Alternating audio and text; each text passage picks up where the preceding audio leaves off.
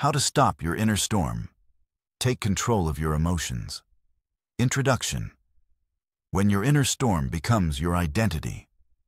Chicago. Conference room, 23rd floor. Mike Anderson's hands were shaking. Not from the coffee he'd chugged on the way in, not from nerves about the quarterly review, from rage. Pure, unfiltered, white-hot rage. The CFO had just questioned his team's numbers. Again, third meeting in a row. The same passive-aggressive tone, the same smug little smile. Something inside Mike snapped. You know what? I'm done. His voice cut through the room like a blade. Every single quarter, you sit here with your spreadsheets, questioning people who are actually doing the work, while you hide behind numbers. The room went silent. 10 executives, all staring. Mike's boss, the CEO, leaned forward. Mike, step outside. This was the beginning of the end, or it should have been. But here's what Mike didn't know. He wasn't having a bad day. He was having the same day he'd been having for 15 years. The day where his emotions hijacked his life, where his inner storm destroyed everything he'd built, his career, his marriage, his peace. If you're listening to this right now, chances are you're having that day too. I need you to understand something. This isn't a pep talk. This isn't a book about thinking positive or letting it go. This is about facing a truth you've been avoiding your entire life. Your inner storm is not temporary. It's not just who you are. It's not passion or intensity or being authentic. It's a pattern, a destructive, self-sabotaging pattern that is costing you everything. Every time you lose your temper at work, you're not being honest. You're being controlled. Every time you snap at your kids and see the fear in their eyes, you're not disciplining. You're damaging. Every time anxiety keeps you up at night, replaying the same scenarios over and over, you're not preparing. You're suffering. And the worst part is, you think this is normal. You think everyone lives like this. That this level of emotional chaos is just part of being human. That successful people are either lucky enough to be naturally calm, or they're faking it. But they're not. The people who thrive, the ones who lead with confidence, who show up for their families, who sleep peacefully at night, they're not suppressing their emotions. They're not pretending. They've simply learned something you haven't. They've learned to stop the storm before it starts. Here's what you need to know about Mike. 10 years ago, he was a mid-level sales manager with potential. Smart, driven, talented. But he had this edge. This intensity that people called passion when he was winning, and anger issues when he wasn't. He told himself it was fine. That his explosions got results. That people respected his directness. They didn't. They feared him. His first marriage ended because of it. His relationship with his kids became distant. His team had the highest turnover in the company. And that day in the conference room was the tipping point. HR gave him an ultimatum. Get help or get out. That's when everything changed. Because Mike discovered something that no therapist, no meditation app, no self-help guru had ever taught him. Emotional control isn't about suppression. It's not about counting to 10 or managing your feelings. It's about understanding the neuroscience of your own brain. It's about recognizing the exact moment your amygdala hijacks your prefrontal cortex. It's about having a system, a protocol, to interrupt the pattern in real time. It's about the stop method. And in this book, I'm going to teach you exactly what Mike learned. Not theory, not philosophy. A practical, battle-tested system that works in 60 seconds. But first, I need to tell you why everything you've tried hasn't worked. You've been lied to. By well-meaning therapists, by popular psychology, by the entire self-help industry. They told you to express your anger, to get it out, to vent, to scream into pillows or punch bags or let people know how you feel. That doesn't work. In fact, it makes things worse. Every time you express anger, you're training your brain to react that way more easily next time. You're literally wiring yourself for rage. They told you to think positive, to reframe, to look on the bright side, to practice gratitude. That doesn't work either. Because you can't think your way out of an emotional hijacking. Your amygdala is faster than your thoughts. By the time you're trying to reframe, the damage is already done. They told you to be present, to meditate, to breathe deeply and find your center, which is useful. Eventually. But when you're in the middle of a crisis, when your boss is humiliating you in a meeting, when your kid is screaming, when you're stuck in traffic and late for something critical, you don't have 20 minutes to meditate. You need a tool that works now. So here's what this book is, and what it isn't. This is not a book about becoming emotionless. You're not a robot. You're human, and emotions are part of being human. This is a book about becoming powerful, about taking control, about stopping the destructive patterns that are ruining your life. This is not a book about managing your emotions. Management is passive. Control is active. This is a book about mastery. And here's what you're going to learn. You're going to understand why your brain hijacks you, the exact neuroscience, the mechanism, so you can see it coming. You're going to learn the STOP method, a 4-step protocol that interrupts the hijack in 60 seconds. Not theory. A step-by-step system. You're going to discover why you sabotage your own progress, why you'll resist this change, and how to overcome that resistance. You're going to build a daily practice, a system that rewires your emotional responses, and you're going to hear Mike's complete story, from hothead VP to calm, respected leader, from broken marriage to healed family, from sleepless nights to peaceful mornings. Not because Mike is special, but because he learned what you're about to learn.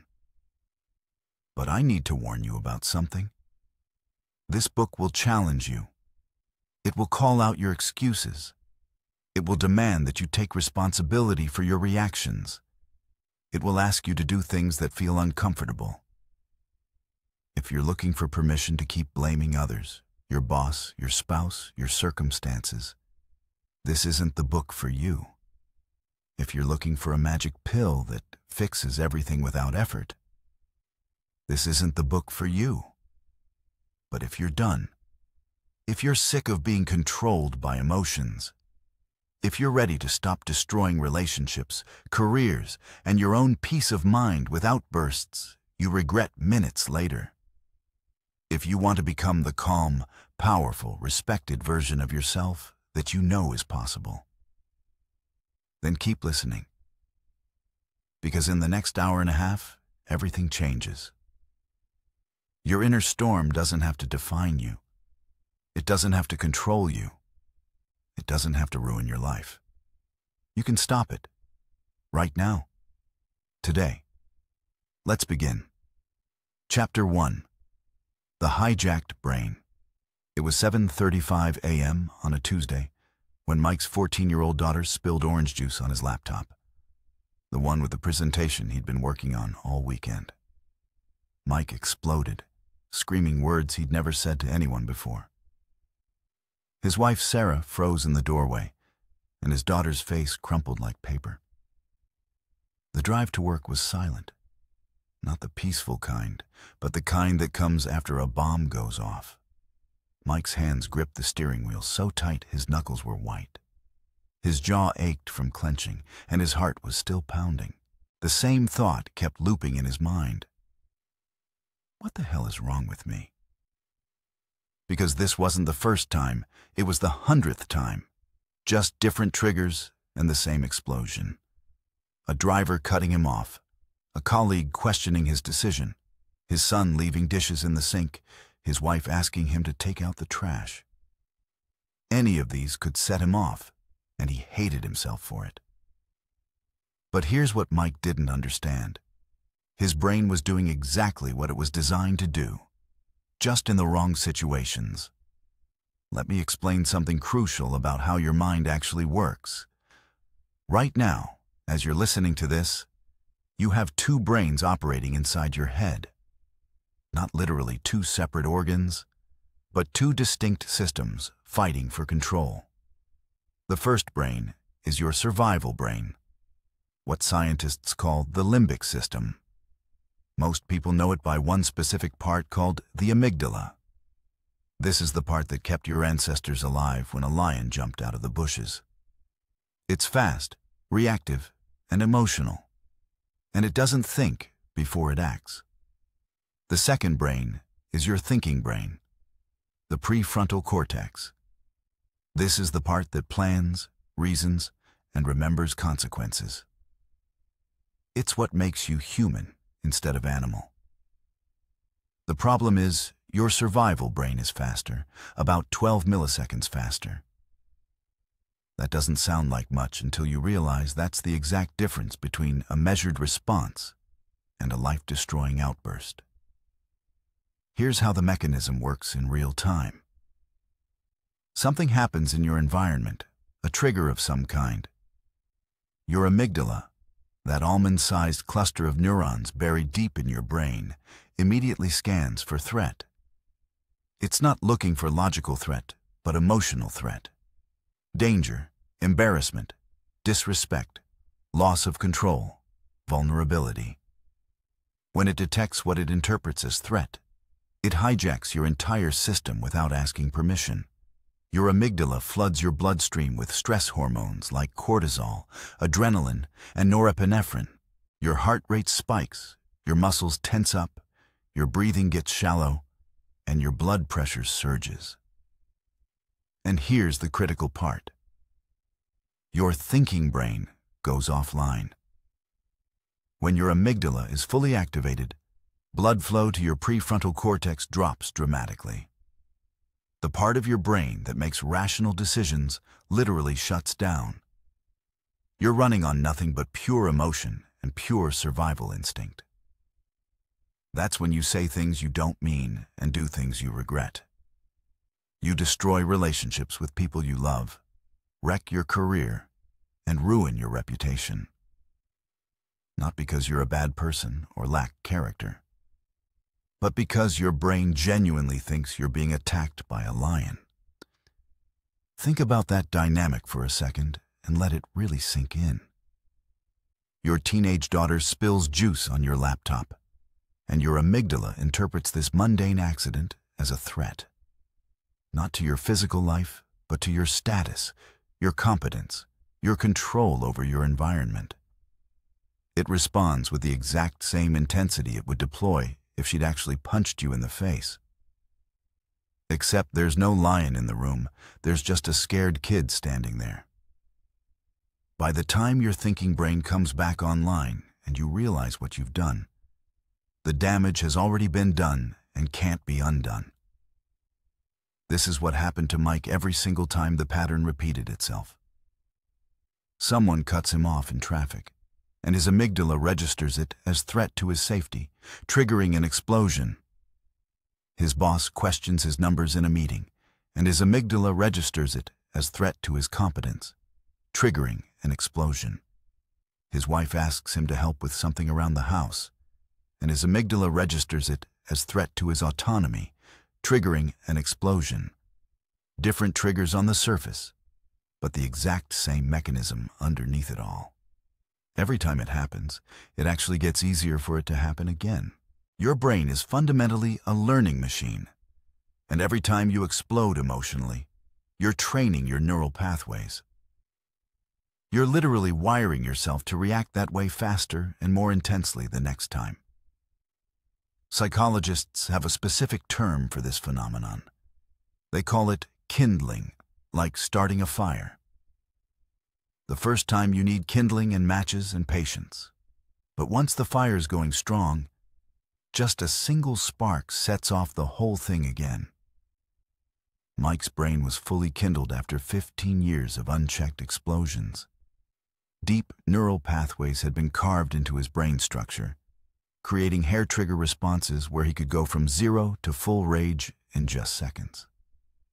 And nobody ever told him why this was happening.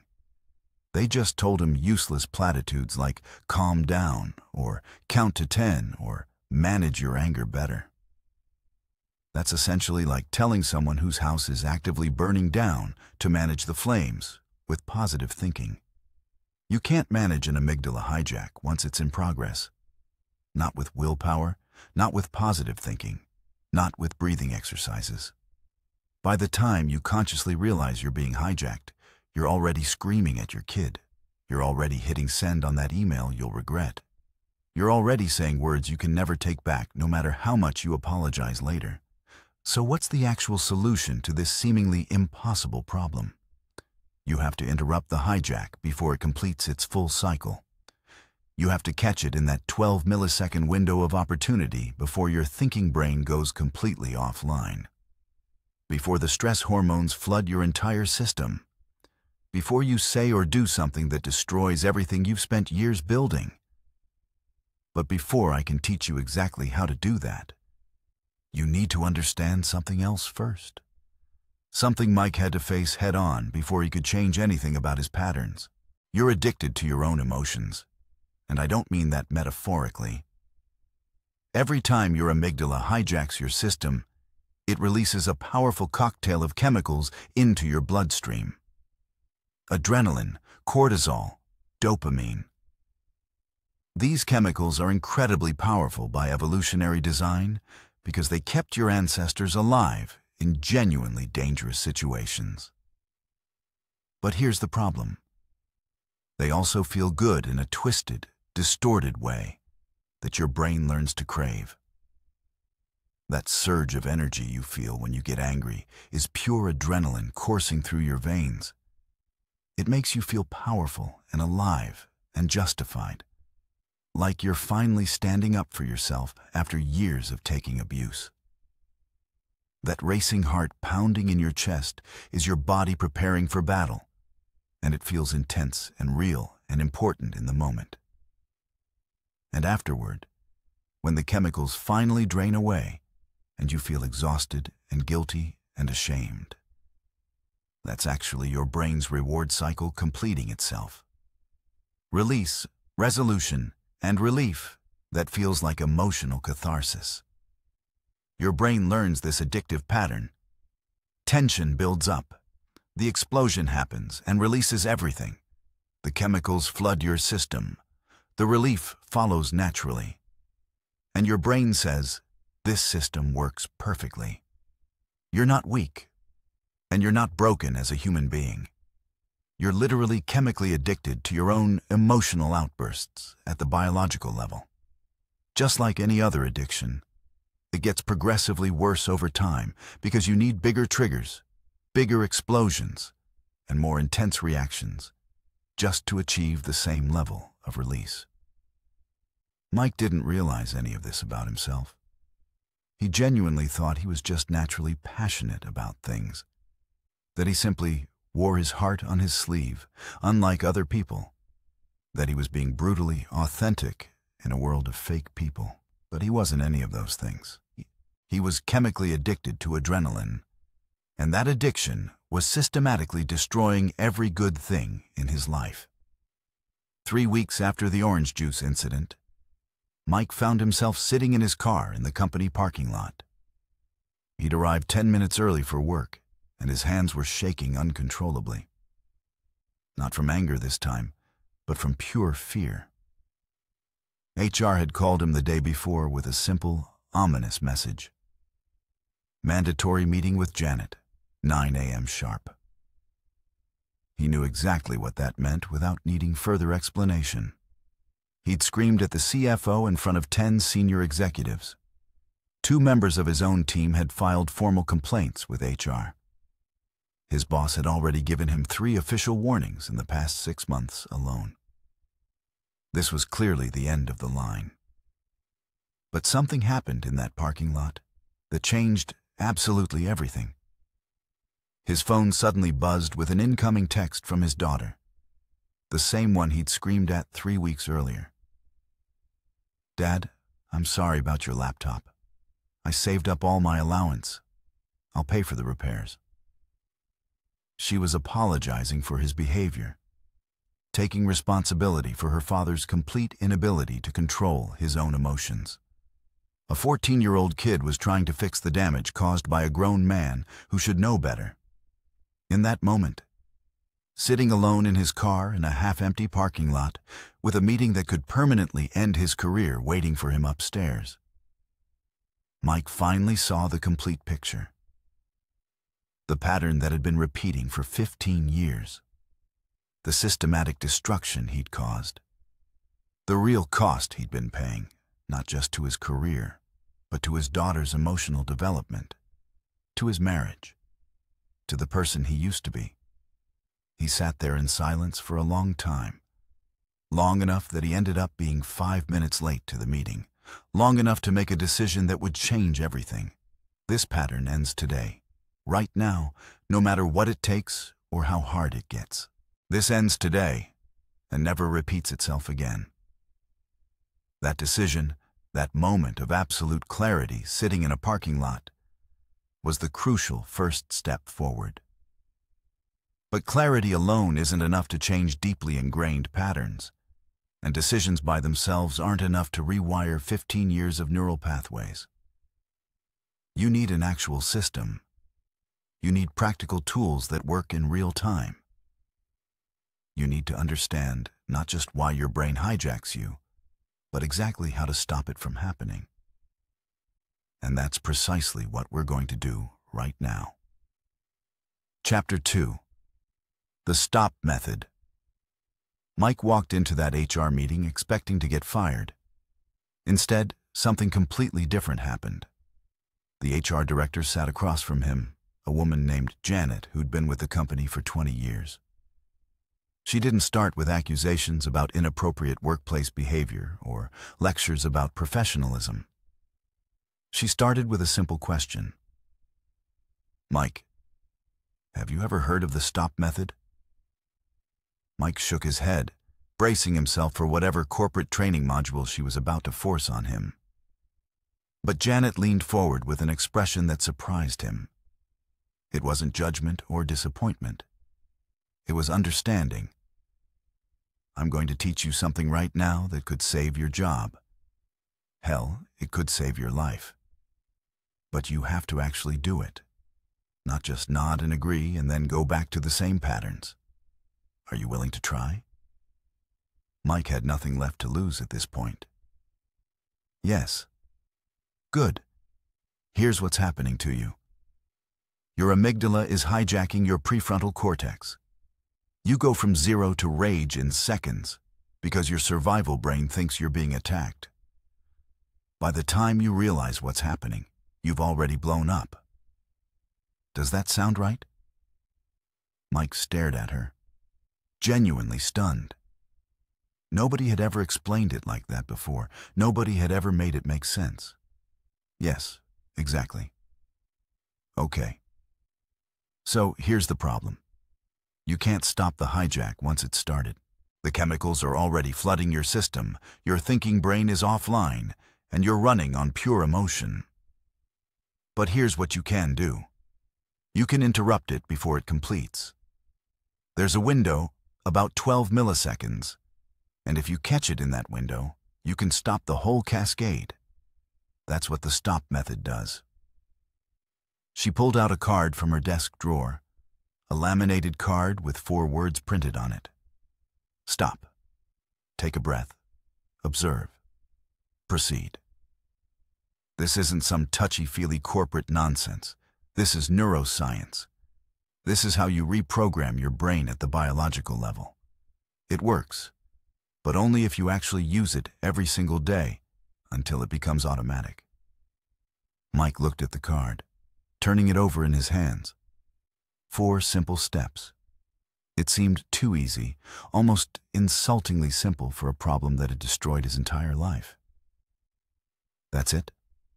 That's it. But here's the catch. You have to practice it every single day, even when you're not triggered, especially when you're not triggered.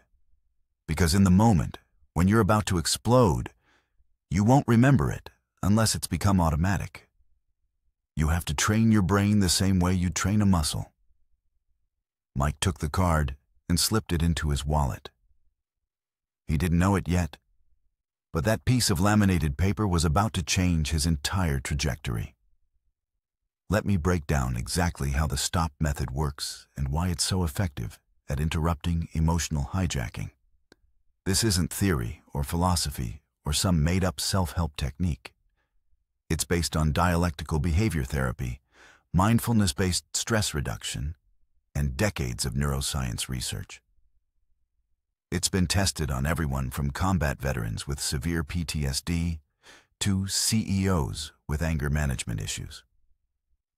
And it works because it targets the exact mechanism of emotional hijacking at the precise moment it can be interrupted.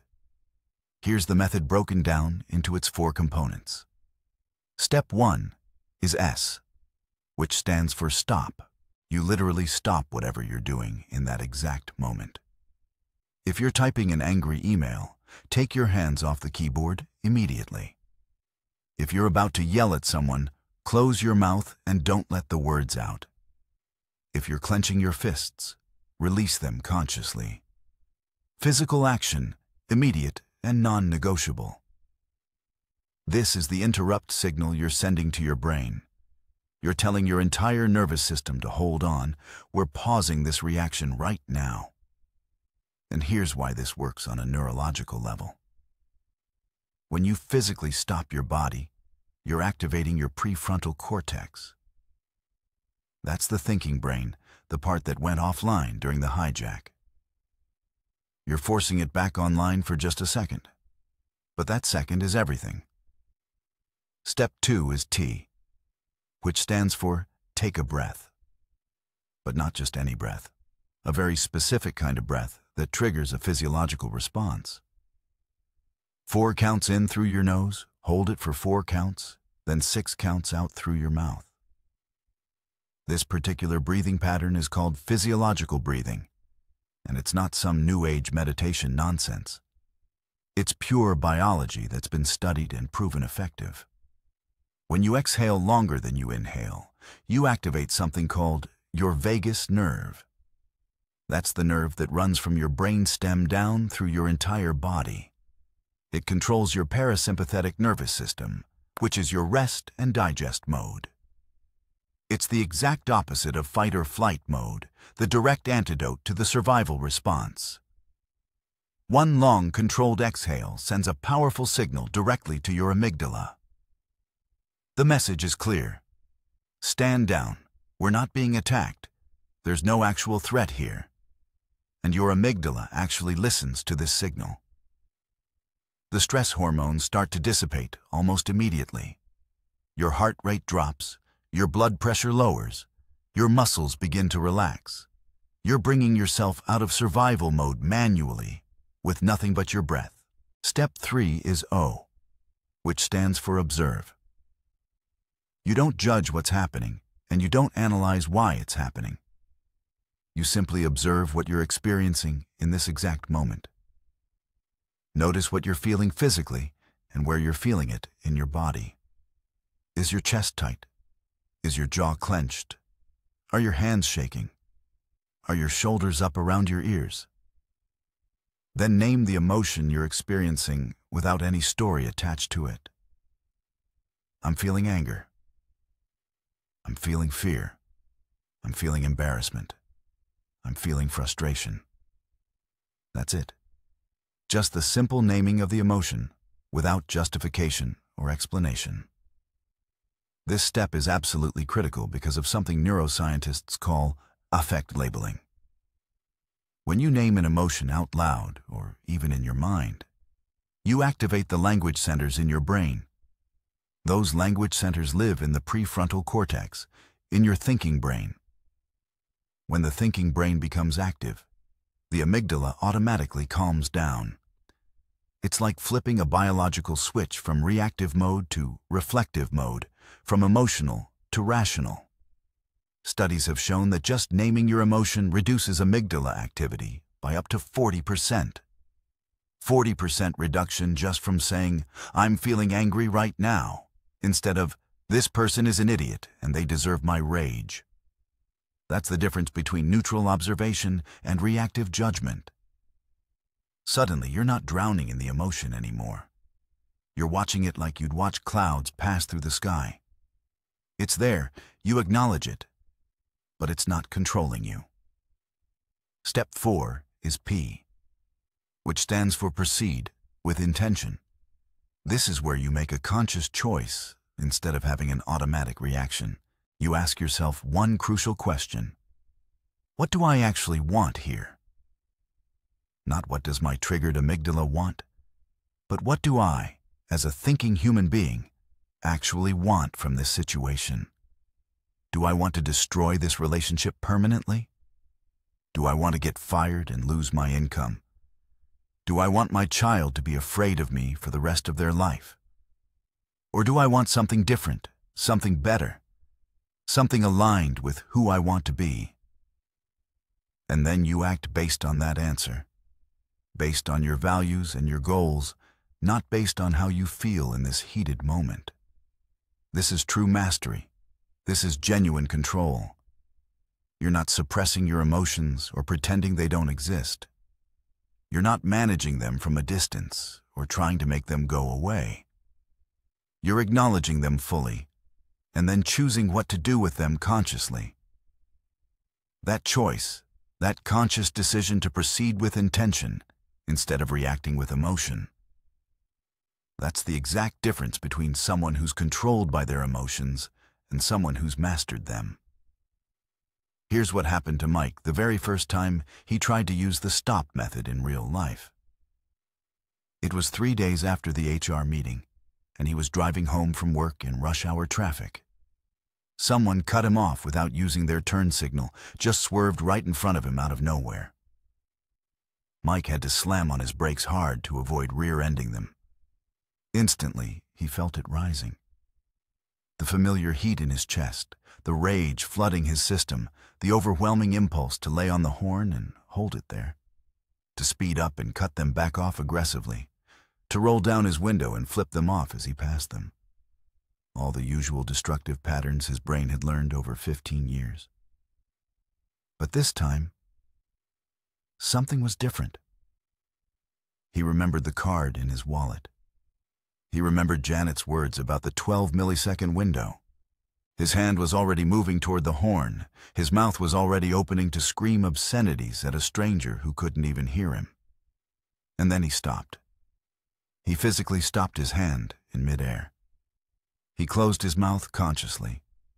He took his foot completely off the gas pedal. S for stop.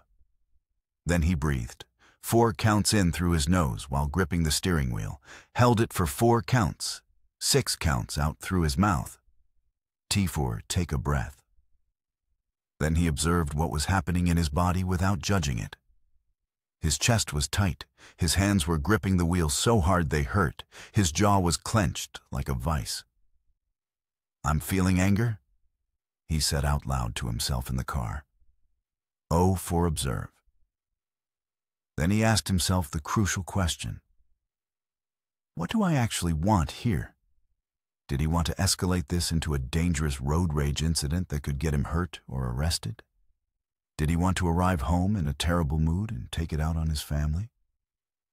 Or did he want to get home safely, maybe even peacefully, and be present for his kids? He chose the second option.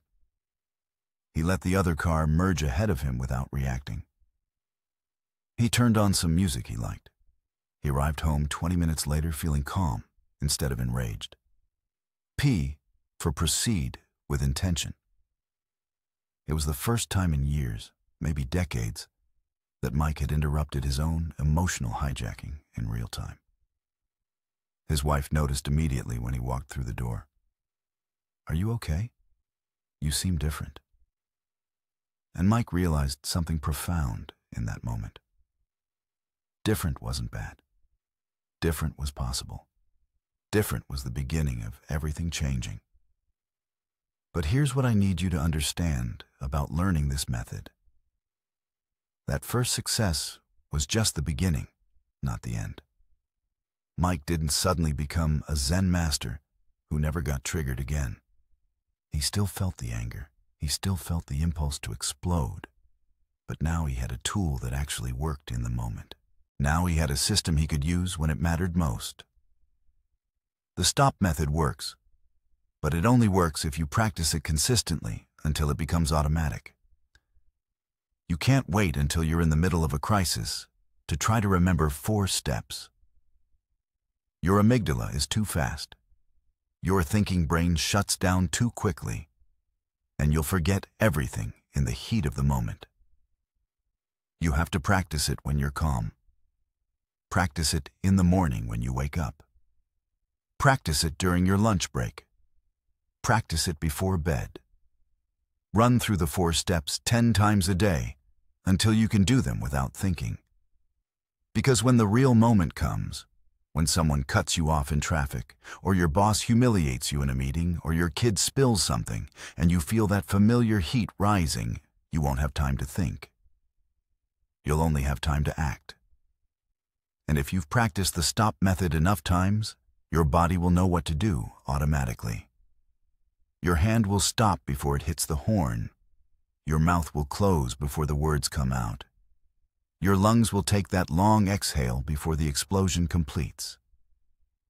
That's when the method becomes truly powerful, when it shifts from a conscious technique to an automatic response. Mike practiced the stop method 17 times in the first week, and he still exploded twice. He practiced it 31 times in the second week, and he still lost his temper once. By the third week, he was using it multiple times every day, catching his triggers earlier and earlier in the cycle. And slowly, gradually, something fundamental began to shift inside him. The explosions became less frequent, less intense, shorter in duration. The guilt and shame afterwards started to fade because he was catching himself before he did damage. His wife stopped walking on eggshells around him. His kids started making eye contact again during dinner. His team at work stopped flinching when he walked into meetings. Mike was becoming someone different, someone better, someone he'd almost forgotten he could be. And it all started with 4 simple steps, practiced consistently until they became automatic. Stop. Take a breath. Observe. Proceed with intention. That's the method. That's the system. That's how you interrupt an amygdala hijack in real time before it destroys everything you've built. But knowing the method isn't enough, and one successful use isn't enough to rewire 15 years of destructive patterns. What comes next is even more important. Because your brain is going to fight you on this. Your brain is going to try to sabotage your own progress. And unless you understand why that happens and how to overcome it, you'll end up right back where you started. Chapter 3. The Saboteur Within. Mike was using the stop method for 3 days straight, and it was working better than anything he'd ever tried. He caught himself before exploding in a meeting when his numbers got questioned. He used it during a tense phone call with a difficult client. He even used it when his son forgot to take out the trash for the 3rd day in a row. 3 days of success, 3 days of feeling like maybe, just maybe, he was finally getting control of himself. And then, on the 4th day, Mike deliberately picked a fight with his wife over absolutely nothing. It started with something completely insignificant. Sarah asked him if he wanted chicken or fish for dinner. That's it. That's the entire trigger. And Mike heard himself snap at her with a level of hostility that shocked even him. I don't care. Just make a decision for once instead of asking me everything. Sarah stared at him, genuinely hurt. What is wrong with you? You've been doing so well this week. Mike had no answer for her because he didn't understand it himself. He knew the stop method. He'd been using it successfully for 3 days, and yet he'd just chosen not to use it. He'd felt the familiar heat rising, and instead of stopping it, he'd leaned into it. He'd welcomed it back like an old friend. That night, lying in bed, unable to sleep, Mike had to confront an uncomfortable truth. Part of him didn't want to change. Part of him actually missed the explosions, missed the adrenaline rush, missed the feeling of being passionate instead of calm. Part of him was actively sabotaging his own progress. Let me tell you something that nobody wants to hear, but everyone needs to understand. When you start to change deeply ingrained patterns, your brain will fight you. Not occasionally, not subtly, but actively and aggressively. Your brain will do everything in its power to pull you back to the old patterns, even when those patterns are destroying your life. This isn't weakness, and it's not a character flaw. It's biology, it's psychology, and it's completely predictable. Your brain operates on something called homeostasis, which is just a fancy word for keeping things the same. Your brain doesn't care if the same is good for you or bad for you. It only cares that the same is familiar and safe. Change, even positive change, registers in your brain as threat, because change means uncertainty, and uncertainty means danger to your survival brain. So your amygdala, that same part of your brain that hijacks you with rage, will also hijack you to prevent change. It will sabotage your progress to keep you in the familiar pattern, even when that pattern is killing you. Here's how the sabotage works in practice. You'll be doing great for a few days or even a few weeks. You'll use the stop method successfully. You'll feel proud of yourself. You'll notice improvements in your relationships and your work. And then suddenly, seemingly out of nowhere, you'll deliberately create a situation where you can explode. You'll pick a fight over nothing. You'll interpret a neutral comment as an insult. You'll magnify a small problem into a major crisis. And you'll tell yourself you had no choice, that the other person pushed you too far, that this situation was different from all the others. But here's the truth. You're lying to yourself to protect the old pattern. Because the old pattern serves a purpose, even if it's a destructive purpose. Psychologists call these secondary gains, the hidden benefits you get from maintaining dysfunctional behavior. And until you identify what you're actually getting from your emotional explosions, you'll keep sabotaging yourself, no matter how many techniques you learn. So what are the secondary gains Mike was getting from his rage? What was he actually protecting when he sabotaged his own progress? The first gain was identity protection.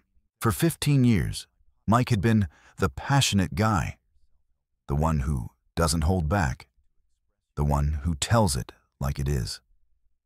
That identity felt powerful. It felt authentic. It felt like who he truly was. If he stopped exploding, if he became calm and measured and controlled, who would he be? Would he become boring? Would he lose his edge? Would people stop respecting him? These fears might seem irrational, but to Mike's brain, they felt completely real and completely threatening.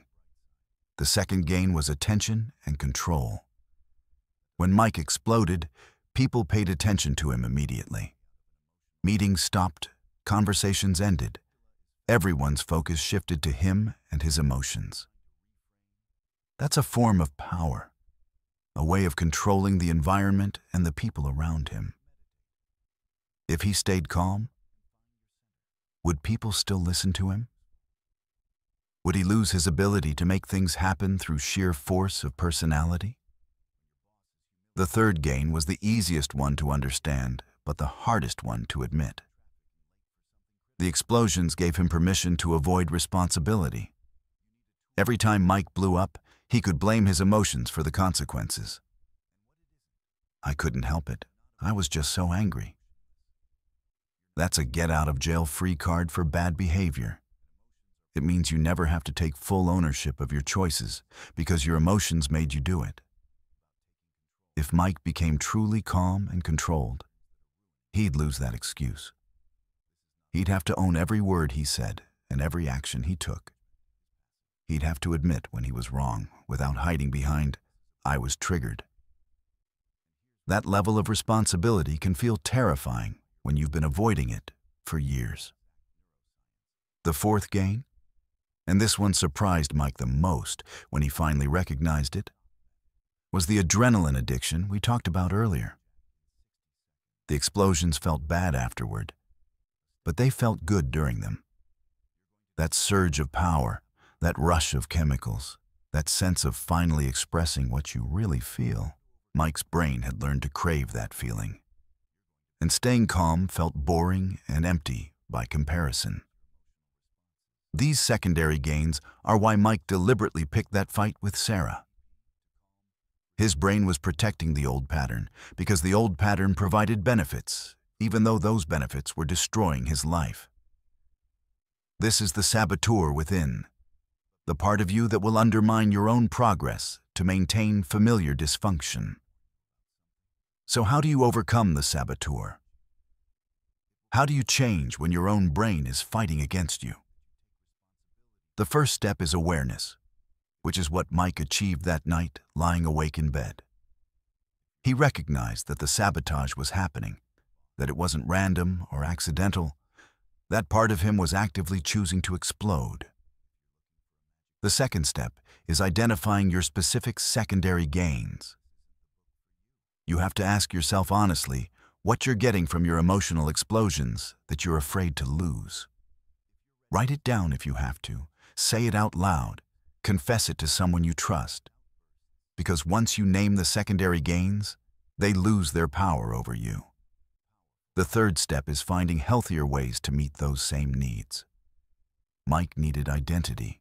He needed to feel passionate and authentic. But he could get that from being the calm leader, the guy who doesn't lose his composure under pressure, the one everyone looks to when things get chaotic. That's an even more powerful identity than being the hothead everyone fears. Mike needed attention and control. He needed to feel like he had impact. But he could get that through competence and confidence instead of emotional outbursts. When he stopped exploding, people actually listened to him more carefully because they weren't bracing for an attack. His calm words carried more weight than his angry ones ever did. Mike needed the adrenaline rush, the feeling of intensity and aliveness.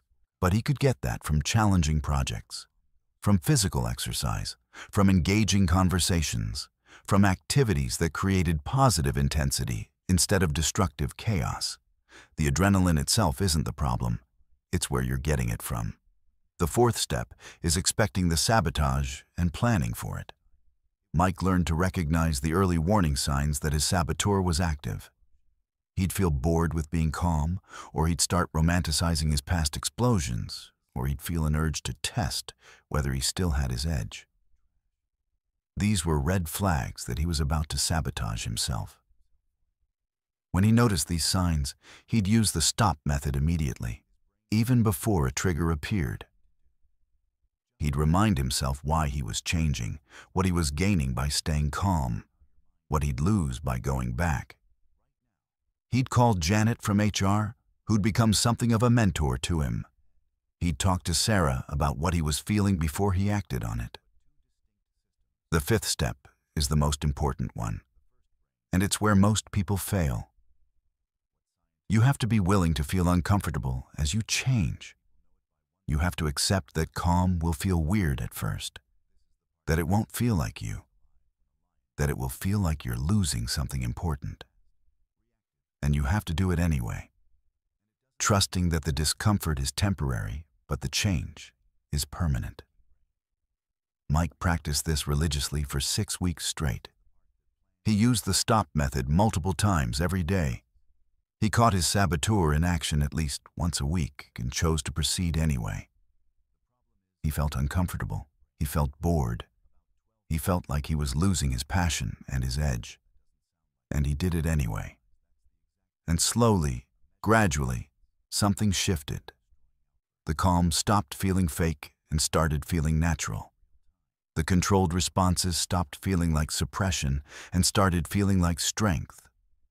The old explosions stopped feeling like power and started feeling like weakness. His identity changed from the passionate hothead to the unshakable leader. His relationships changed too in ways he hadn't expected. Sarah stopped walking on eggshells, which meant she started being more honest with him instead of managing his emotions. His kids stopped being afraid of him, which meant they started coming to him with problems instead of hiding everything. His team stopped dreading meetings with him, which meant they started bringing him real issues instead of telling him what he wanted to hear. Mike was getting better results in every area of his life by being calm than he ever got by being volatile. The secondary gains he thought he'd lose were being replaced by primary gains that were infinitely more valuable. But it took 6 weeks of consistently fighting his own saboteur before the new pattern became stronger than the old one. Here's what you need to understand if you're going to use the stop method successfully. Knowing the technique isn't enough, and using it once or twice isn't enough. You have to expect your brain to fight you. You have to identify what you're protecting. You have to find healthier ways to meet those needs. And you have to be willing to feel uncomfortable while you change. The saboteur within is real. It's powerful. And it will try to pull you back to old patterns at every opportunity. But it's not stronger than your conscious choice to change. It's not more powerful than your commitment to becoming someone better. It's not more important than the relationships and the peace and the self-respect you'll gain by mastering your own emotions. Mike won the war with his saboteur, not by destroying it, but by understanding it and choosing differently despite its pull. That's what you're going to have to do too. And the next step in that process is learning how to train your brain to stay calm even before triggers appear. How to build resilience proactively instead of reactively.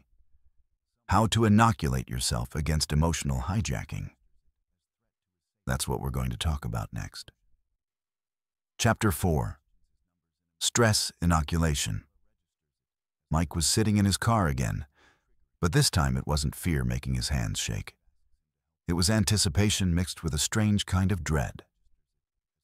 He'd just gotten a text from his boss. Board presentation moved to today, 3 p.m., your quarterly numbers. 4 hours away, and Mike felt his chest tightening already. The old Mike would have spent those 4 hours spiraling, getting more and more worked up, maybe even having a preemptive explosion at someone just to release the pressure. But Mike had been working with Janet from HR for 2 months now, and she'd taught him something that seemed counterintuitive at first. You don't learn to swim during a hurricane.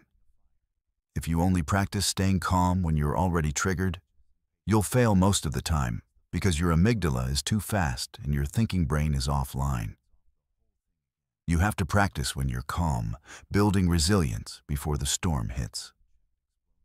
Janet called it stress inoculation, like getting a vaccine. You expose yourself to small doses of stress intentionally so your system learns how to handle it. Mike pulled out his phone and set a timer for 5 minutes. He closed his eyes and did something that would have seemed insane to him 2 months ago. He deliberately imagined the worst-case scenario of the board presentation in vivid detail. He pictured himself standing at the front of the conference room with all 12 board members staring at him.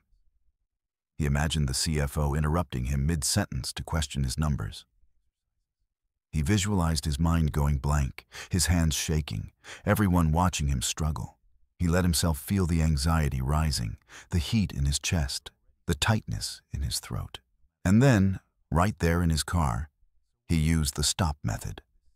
He stopped the visualization, took the 4-4-6 breath, observed the physical sensations without judgment, and proceeded by reminding himself that this was just practice. The real presentation hadn't happened yet. He was training his nervous system to stay calm under imagined pressure, so it would know what to do under real pressure. Mike did this visualization 3 more times before the presentation, each time letting the anxiety rise and then deliberately calming himself down. By the time he walked into that conference room at 3 p.m., his nervous system had already processed the stress response 4 times. When the CFO actually interrupted him to question his numbers, Mike's brain recognized the situation. It had been here before. It knew what to do. He used the stop method without even thinking about it consciously. His body just did it automatically because he'd trained it in advance. The presentation wasn't perfect, but Mike stayed calm throughout it. He answered questions without getting defensive. He admitted what he didn't know instead of making things up.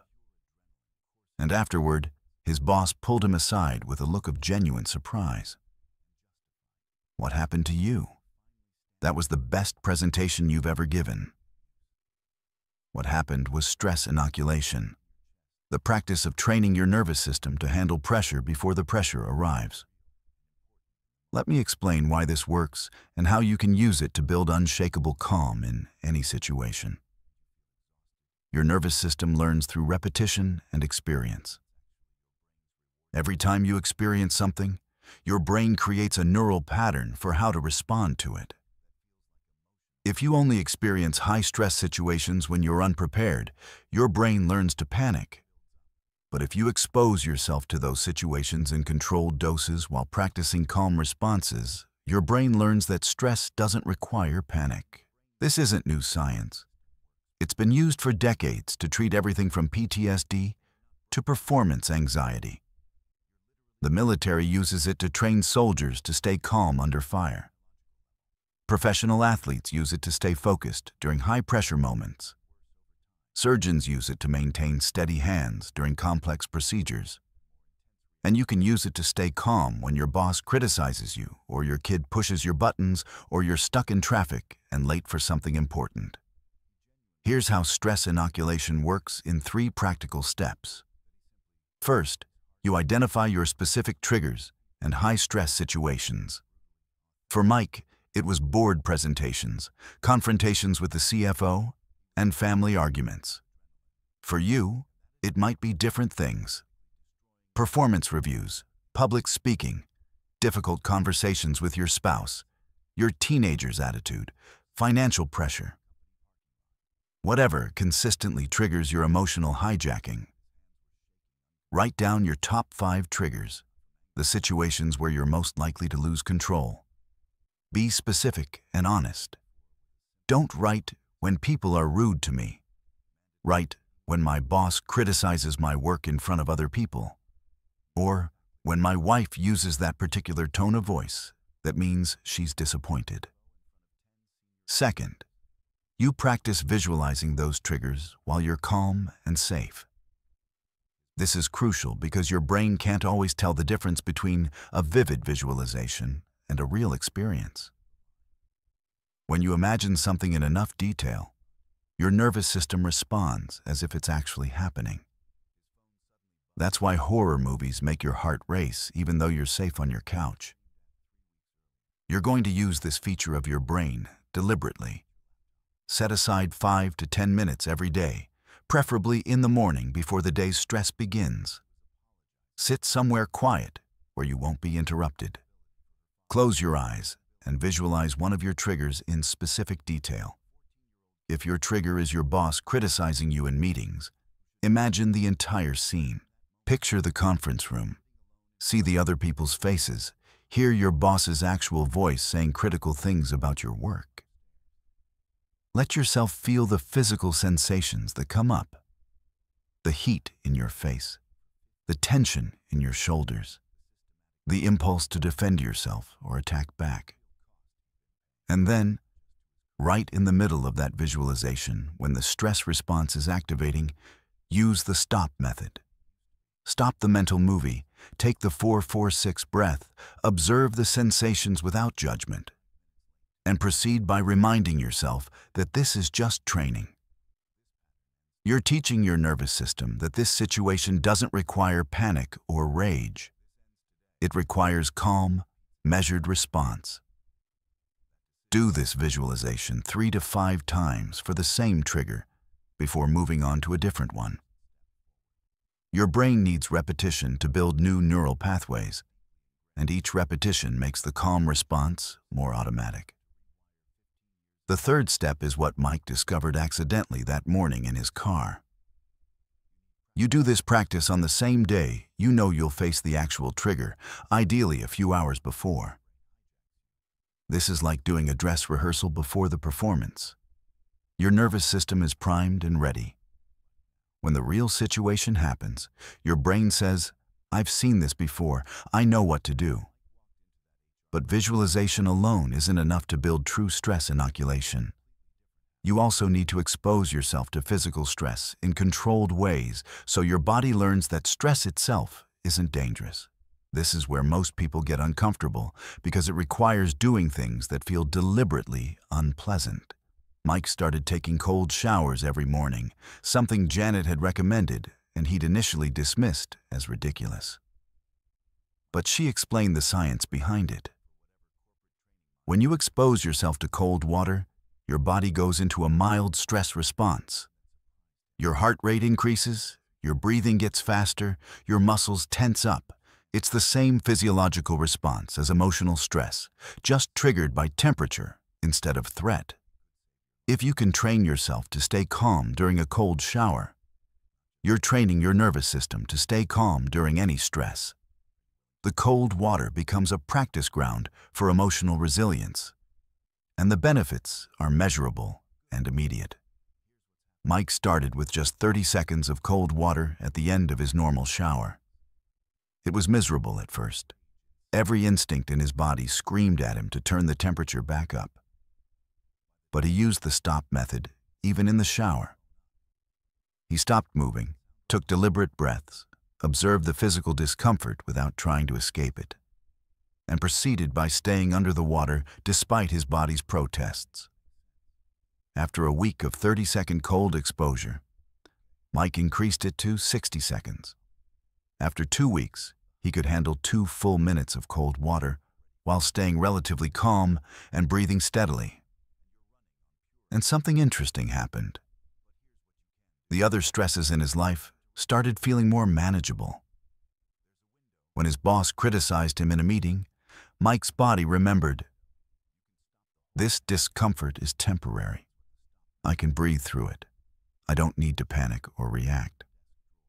When his son talked back at dinner, Mike's nervous system said, "I've experienced worse than this and stayed calm. I can handle this too." The cold water training wasn't about becoming tough or proving anything. It was about teaching his nervous system that stress is survivable, that discomfort doesn't require immediate escape or reaction, that his calm breathing could override his panic response. There are other ways to practice stress inoculation if cold showers aren't your thing. High-intensity exercise works similarly because it creates physical stress that you breathe through calmly. Holding difficult yoga poses teaches your body to relax into discomfort. Even something as simple as holding your breath for progressively longer periods trains your nervous system to stay calm when it wants to panic. The key principle is the same. You're deliberately creating controllable stress while practicing calm responses, teaching your brain that stress doesn't require fight or flight activation. Mike combined his visualization practice with cold showers for 3 weeks straight. He practiced the board presentation scenario every morning, then immediately took a 2-minute cold shower while using the stop method. He was training both his mind and body simultaneously, and it worked far better than he expected. Mike noticed that his baseline stress levels dropped significantly. Things that would have triggered him automatically started feeling manageable. His wife commented that he seemed different, more solid somehow. His kids stopped tiptoeing around him because they sensed he wasn't as volatile as before. But here's the critical lesson that Mike learned the hard way. Stress inoculation isn't a one-time thing you do and then forget about. It's an ongoing practice like going to the gym. If you stop doing it, the benefits fade, and your old reactive patterns start creeping back. Mike had a great 3 weeks of practice, felt completely in control, and then decided he'd graduated from needing the training. He stopped doing the visualizations, stopped taking cold showers, stopped practicing when he was calm. And within 10 days, he exploded at a colleague over a minor scheduling conflict. It shocked him because he thought he'd permanently changed, that the neural pathways were set and he didn't need to maintain them. But Janet reminded him of something important. You're not building a skill that you master and forget. You're maintaining a practice that keeps your nervous system resilient. Mike went back to his daily routine.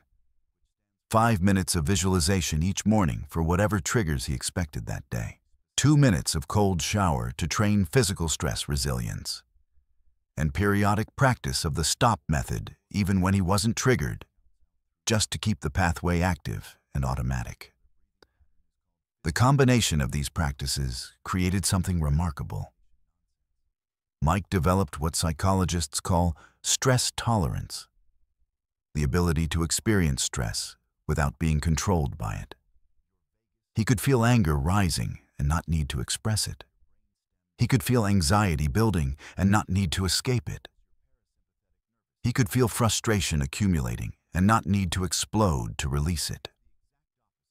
His emotions were still there, still valid, still communicating information to him.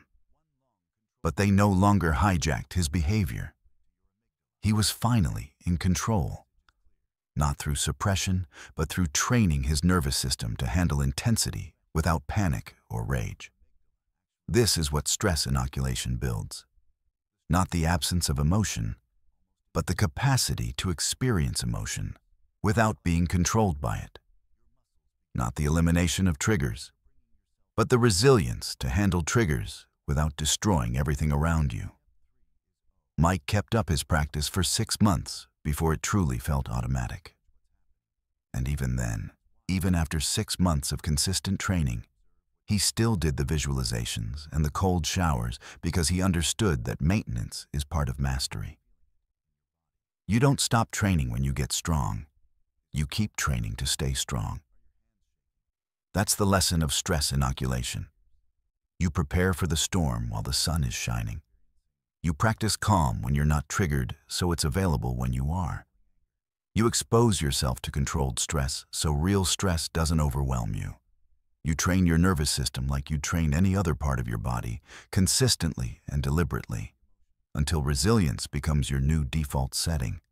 But all the training in the world won't matter if you're still taking your stress out on the people you love most.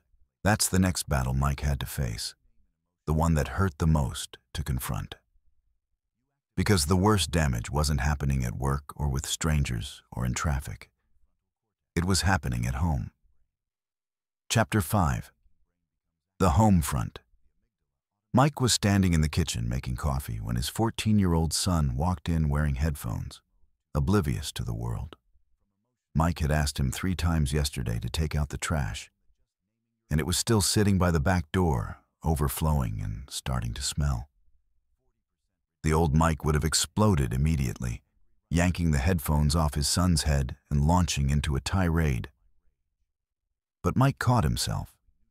He used the stop method, took a breath, and asked calmly, "Hey, buddy, can you take the trash out before school?" His son looked up, surprised by the normal tone instead of the expected yelling. "Oh yeah, sorry, I forgot." And he actually did it, without argument. Sarah witnessed this exchange from the doorway, and later that night, she said something that hit Mike harder than any criticism ever had. "I didn't realize until just now how much I've been afraid of you for the past 10 years. Mike felt his chest tighten. "Afraid? I've never hit you. I've never threatened you." "Not physically," Sarah said quietly. "But I've been managing your emotions for a decade. I've been calculating every word I say, every request I make, every topic I bring up based on whether it might set you off. The kids do it too. We all walk on eggshells around you, and I didn't even realize how exhausting it was until you started changing. Mike wanted to defend himself, to explain that he'd been stressed at work, that he never meant to make them feel that way, that they were overreacting.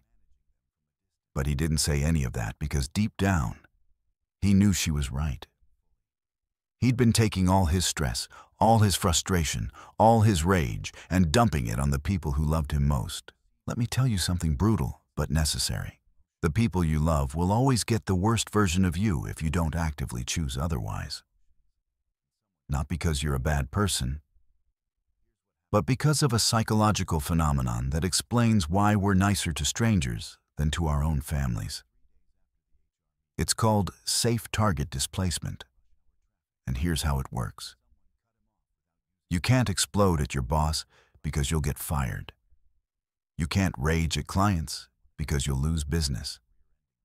You can't scream at random people in public because there will be consequences. So all that emotion you're suppressing in those dangerous situations has to go somewhere, and it goes to the safest targets available. Your spouse, your kids, your parents, the people who can't fire you or leave you easily. Your family becomes the emotional dumping ground for all the stress you can't express anywhere else. And the most insidious part is that you justify it to yourself. You tell yourself you're just being real with them, that you don't have to wear a mask at home, that your family should accept you as you are. But being real shouldn't mean being cruel. Being authentic shouldn't mean being destructive. Mike had spent 15 years justifying his behavior at home with exactly those excuses. I have to hold it together all day at work. I need somewhere I can let loose. My family should understand that I'm under pressure. If they'd just stop pushing my buttons, I wouldn't have to get so angry. Every single one of those thoughts was a lie he told himself to avoid taking responsibility. The truth was simpler and uglier. Mike was a coward. He was too scared to show real emotion at work where it might cost him something. So he unleashed it at home where he thought it was safe. He controlled himself with people who had power over him and lost control with people who didn't. That's not strength or authenticity. That's weakness dressed up as honesty. Sarah's comment about fear forced Mike to confront what he'd been doing to his family. He started paying attention to their behavior around him, really watching instead of just reacting. And what he saw made him sick to his stomach. His daughter would approach him tentatively to ask permission for something, her body language defensive, ready to retreat if he showed any sign of irritation. His son would wait until Mike was in a good mood before mentioning anything negative, like a bad grade or a problem at school. Sarah would test the waters with small comments before bringing up anything serious, gauging his emotional temperature. They were all managing him, all the time, treating him like a bomb that might go off at any moment. And Mike realized they were right to do it because that's exactly what he'd been. An emotional bomb that his family had learned to carefully defuse multiple times a day just to maintain basic peace in their own home. The damage Mike had done wasn't dramatic or obvious. He'd never hit anyone, never thrown things, never done anything that would show up as abuse if you looked from the outside. But he'd created an environment where his wife and kids couldn't relax in their own home, where they couldn't be honest about their feelings or problems because they were too busy managing his. Children who grow up in this kind of environment learn to suppress their own emotions because expressing feelings might trigger the volatile parent. They learn that love is conditional on not upsetting the emotional balance. They develop anxiety around conflict because conflict in their house meant explosions. These patterns don't just affect childhood. They follow people into their adult relationships and their own parenting.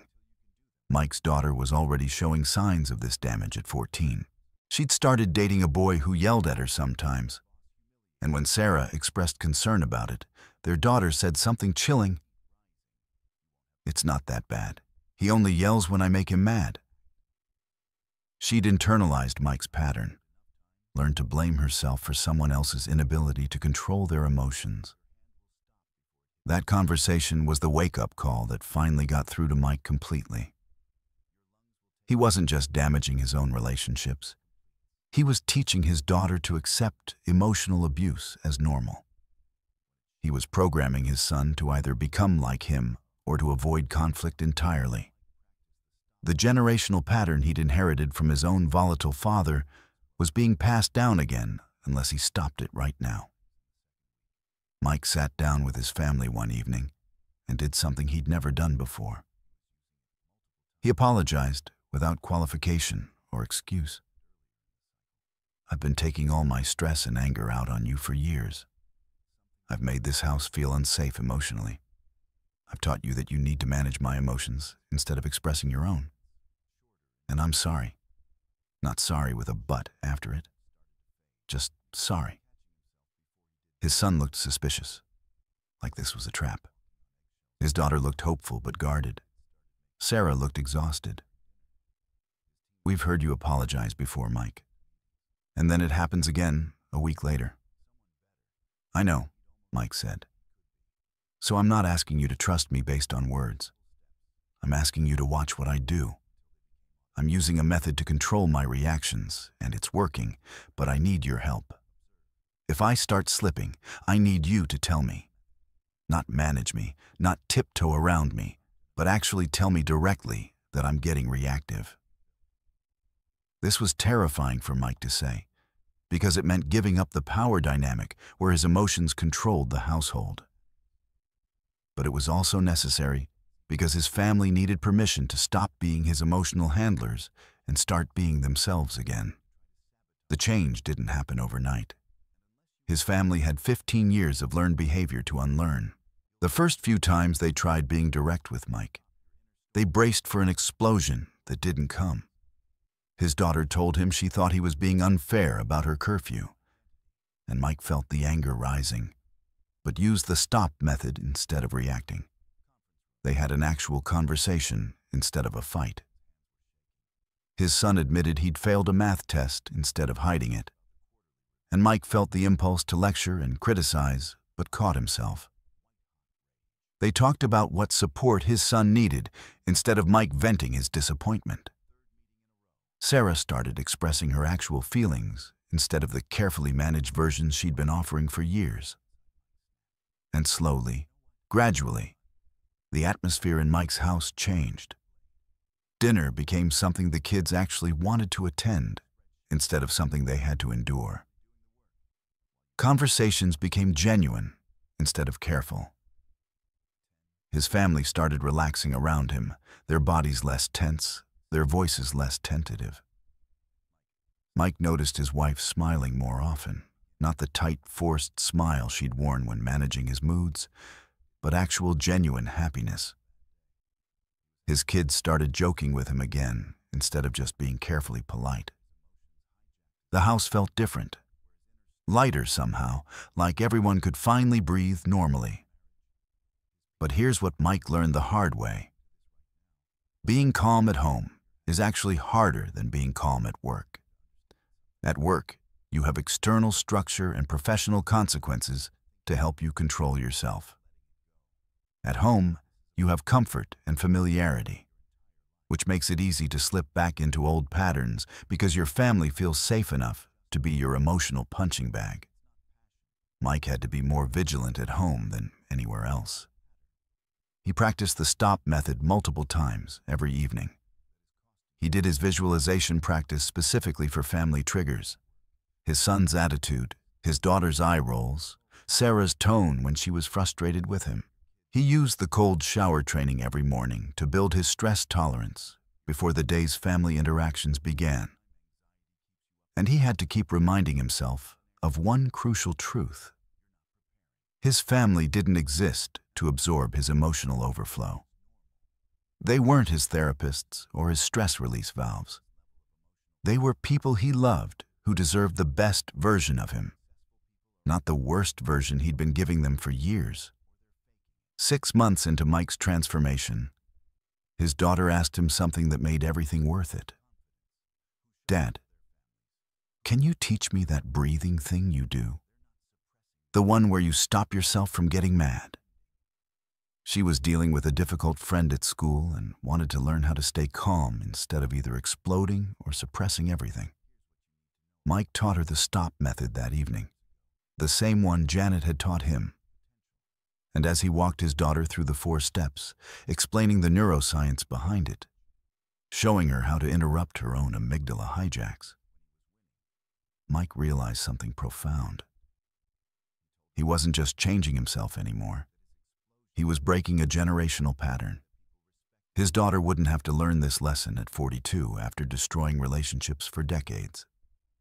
She was learning it at 14, early enough to build healthy patterns instead of spending years trying to undo destructive ones. That's the real gift of mastering your emotions at home. You're not just fixing your own relationships, you're teaching the next generation a different way to be human. You're showing your kids that emotions don't have to control behavior, that stress doesn't require rage, that love can exist without fear. And that lesson is worth more than any inheritance you could leave them.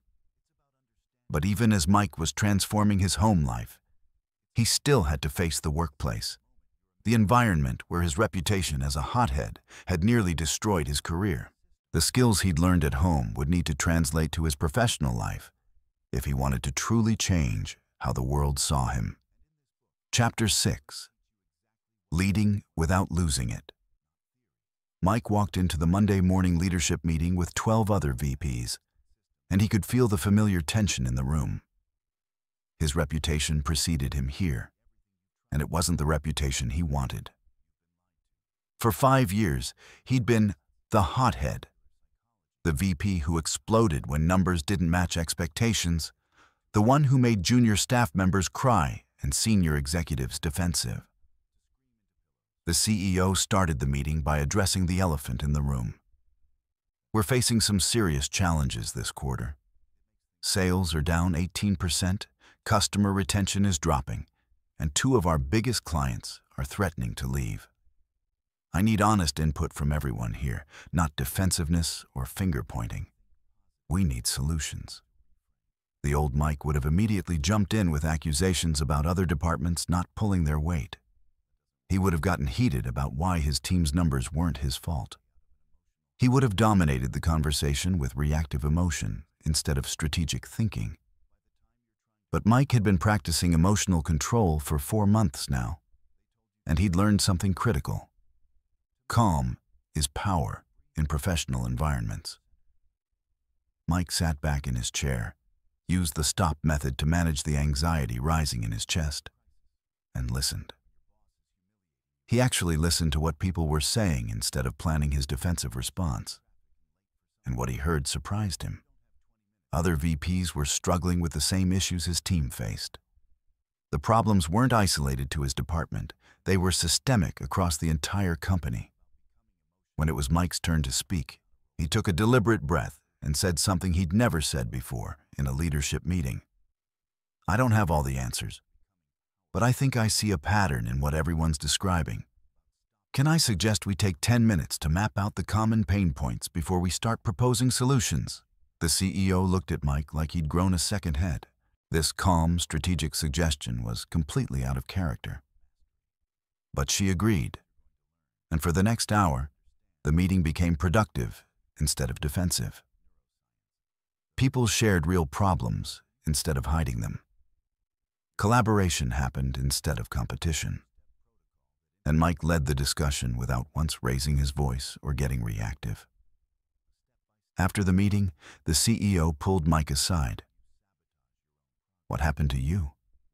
That was the most valuable contribution you've made in 5 years. I need more of that, Mike, not the one who explodes when things get difficult." Mike's transformation at work didn't happen by accident, and it wasn't automatic just because he'd changed at home. Professional environments require a specific kind of emotional control because the stakes are different and the dynamics are more complex. Let me break down what Mike learned about leading without losing control.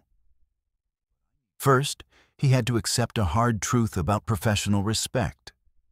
People don't respect emotional volatility, even when it comes with competence. Mike had always believed that his passion and intensity made people take him seriously, that his willingness to tell it like it is, with emotion, made him authentic. But the opposite was true. His emotional outbursts had destroyed his credibility over the years. When Mike exploded in meetings, people stopped listening to his actual points and started managing his emotions instead. His ideas, even good ones, got dismissed because they came packaged with hostility. His team performed worse, not better, under his volatile leadership because they were too stressed to think clearly. Real professional power doesn't come from emotional intensity. It comes from calm certainty. When you can deliver hard truths without rage, when you can challenge ideas without attacking people, when you can maintain composure under pressure, that's when people actually listen. That's when you become the leader everyone looks to during a crisis instead of the liability everyone avoids. Mike had to rebuild his professional reputation one interaction at a time. He started with his direct team, the people who'd suffered under his volatile leadership for years. He called a team meeting and did something radical. He apologized publicly for his past behavior and committed to doing better. "I've been the worst kind of leader for the past 5 years. I've made you afraid to bring me problems. I've punished honesty with anger. And I've created an environment where you're managing my emotions instead of doing your best work. That ends today. I'm learning to control my reactions, and I'm asking you to help me by being direct when I slip. I want honest feedback, not managed feedback." His team was skeptical at first, waiting for the inevitable explosion when someone actually gave him that honest feedback. It came 2 days later when one of his senior analysts told Mike directly that a strategy he proposed wouldn't work. The old Mike would have taken this as a personal challenge and gotten defensive. The new Mike used the stop method, asked why the analyst thought it wouldn't work, and they collaborated on a better approach together. Word spreads quickly in organizations, especially when someone's behavior changes dramatically. Other VPs started noticing that Mike wasn't exploding in meetings anymore. His team started performing better, their productivity increasing by 23% in just 2 months. People started volunteering to work on projects with Mike instead of trying to avoid him. But the real test came 4 months into Mike's transformation during the company's biggest crisis in years. Their largest client, accounting for 32% of annual revenue, sent an email at 4 p.m. on a Friday, threatening to terminate their contract due to quality issues. The CEO called an emergency meeting for 5 p.m. with all senior leadership. Mike walked into that meeting room and felt the panic in the air. Everyone was stressed, defensive, looking for someone to blame. The CFO immediately started attacking Mike's department, suggesting that sales had overpromised and underdelivered. The old Mike would have exploded at this accusation, and the meeting would have devolved into a blame war that solved nothing. Instead, Mike took a breath, acknowledged the CFO's concerns without getting defensive, and redirected the conversation toward solutions. "You're right that we have a serious problem here. Let's put blame aside for a moment and focus on what we can actually do in the next 48 hours to save this client." That calm redirection changed the entire energy in the room. The panic transformed into focus. The defensiveness shifted to collaboration. Mike led the team through a structured problem-solving session, and by 7 p.m. they had a concrete action plan that everyone agreed on. The client crisis got resolved over the weekend with Mike leading the recovery effort. His calm under pressure kept the team focused instead of panicked. His ability to accept criticism without exploding made people willing to be honest about what had gone wrong. His strategic thinking replaced his reactive emotion, and the client not only stayed, but increased their contract by 15% 3 months later. The CEO promoted Mike to Senior VP a month after that crisis, specifically citing his transformed leadership style. You've become the person everyone looks to when things get difficult. That's the kind of leader we need at this level. Mike's professional transformation came down to understanding one crucial principle. In business environments, calm is strategic advantage. When you can stay composed while everyone else is panicking, you become invaluable. When you can think clearly while everyone else is reacting emotionally, you become the leader people trust. But this didn't mean Mike suppressed his emotions or became robotic. He still felt stress, frustration, and anger in difficult situations. The difference was, he'd learned to respond to those emotions strategically instead of reacting to them automatically. He used the emotions as information about what needed attention, without letting them control his behavior.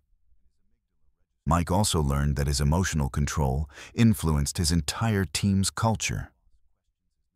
When a leader stays calm under pressure, the team feels safe to think clearly and take intelligent risks. When a leader explodes under stress, the team becomes defensive and risk-averse, focused on avoiding the leader's wrath instead of doing great work. Mike's team became known as the highest-performing department in the company within 6 months of his transformation.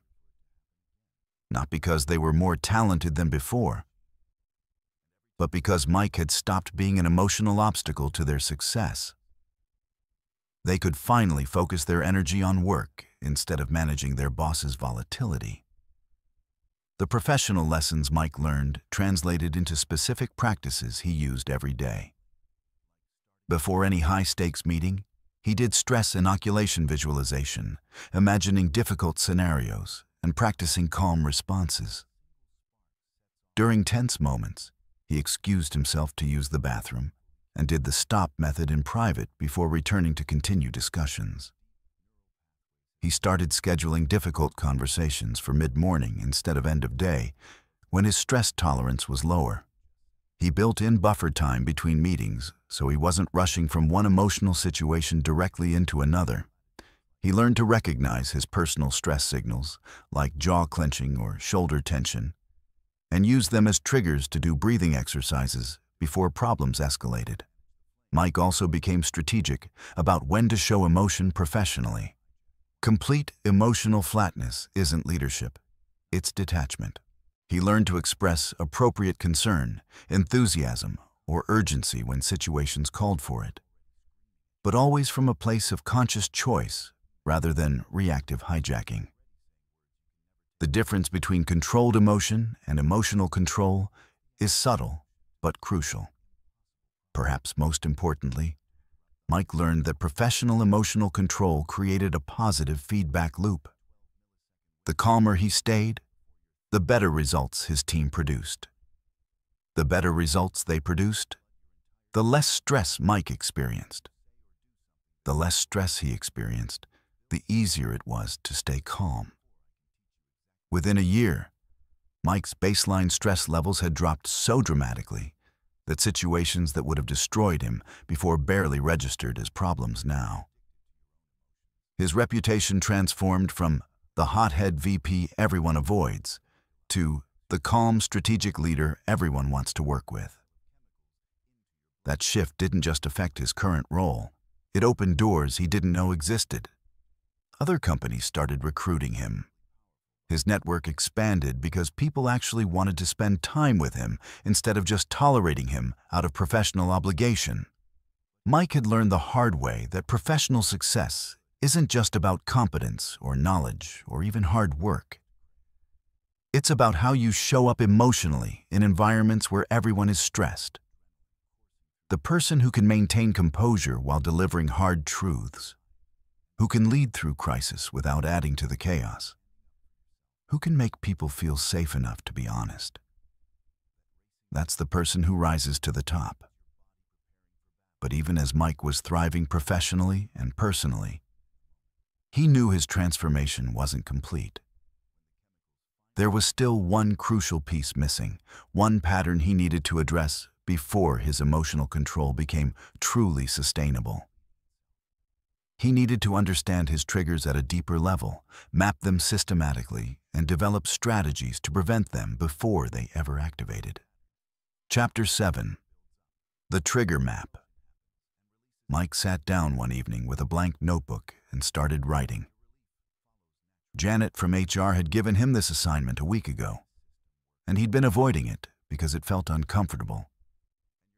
She'd asked him to map out every single one of his emotional triggers in detail, and not just surface-level stuff like, when people criticize me.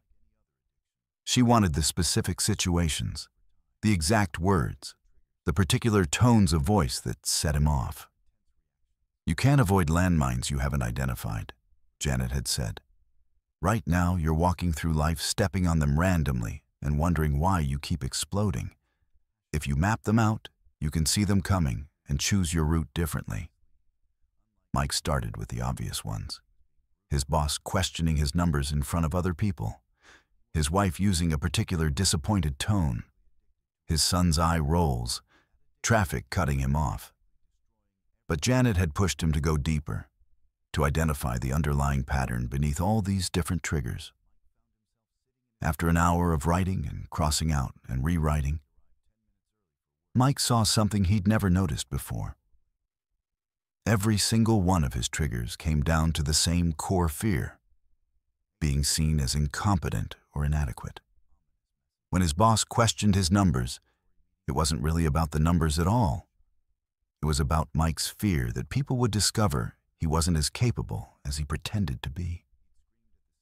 When his wife's tone sounded disappointed, it triggered his fear that he'd failed as a husband and father. When his son rolled his eyes, it activated Mike's fear that he'd lost his children's respect. Even the traffic situation wasn't really about being cut off. It was about feeling powerless and disrespected. Every trigger, no matter how different it appeared on the surface, was attacking the same core wound. This realization hit Mike like a physical blow. He'd spent 15 years reacting to surface triggers without understanding what was actually being triggered. He was fighting dozens of separate battles when really there was only one war. His deep insecurity about his own adequacy as a man, a professional, a father, a husband. Let me explain why understanding your trigger map is crucial for emotional mastery. Most people think they have countless different triggers, hundreds of situations that set them off. But if you dig deep enough, you'll find that almost everyone has only 3 to 5 core wounds that every trigger is actually poking at. These core wounds are usually formed in childhood or early adulthood, created by experiences where you felt shame, inadequacy, abandonment, or powerlessness. Your brain then spends the rest of your life being hyper-vigilant for any situation that feels similar to that original wound. And when it detects even a hint of similarity, it activates your survival response as if you're being wounded all over again. For Mike, the core wound was inadequacy formed during childhood, with a critical father who never seemed satisfied with anything Mike accomplished. That wound sat dormant in Mike's psyche for decades, but it was sensitive and reactive, interpreting countless adult situations through the lens of that childhood experience. Understanding this core wound changed everything about how Mike approached emotional control. Instead of trying to manage dozens of different triggers individually, he could focus on healing and managing the underlying wound. Instead of reacting to surface events, he could recognize when his childhood wound was being activated and respond to that reality instead. Mike started keeping a trigger journal, writing down every time he felt emotionally activated and working backward to identify which core wound was being poked. The pattern became clearer with each entry. Inadequacy showed up at work when his competence was questioned. It showed up at home when he felt he wasn't being a good enough father. It showed up in traffic when other drivers made him feel powerless and disrespected. Once Mike could identify the pattern, he could start addressing it directly. When he felt triggered, instead of reacting to the surface situation, he'd ask himself, "Is this really about what just happened? Or is this my inadequacy wound being activated?" That simple question created enough psychological distance for his thinking brain to come back online. Janet taught Mike a technique she called wound acknowledgement, and it felt ridiculous at first, but it worked remarkably well.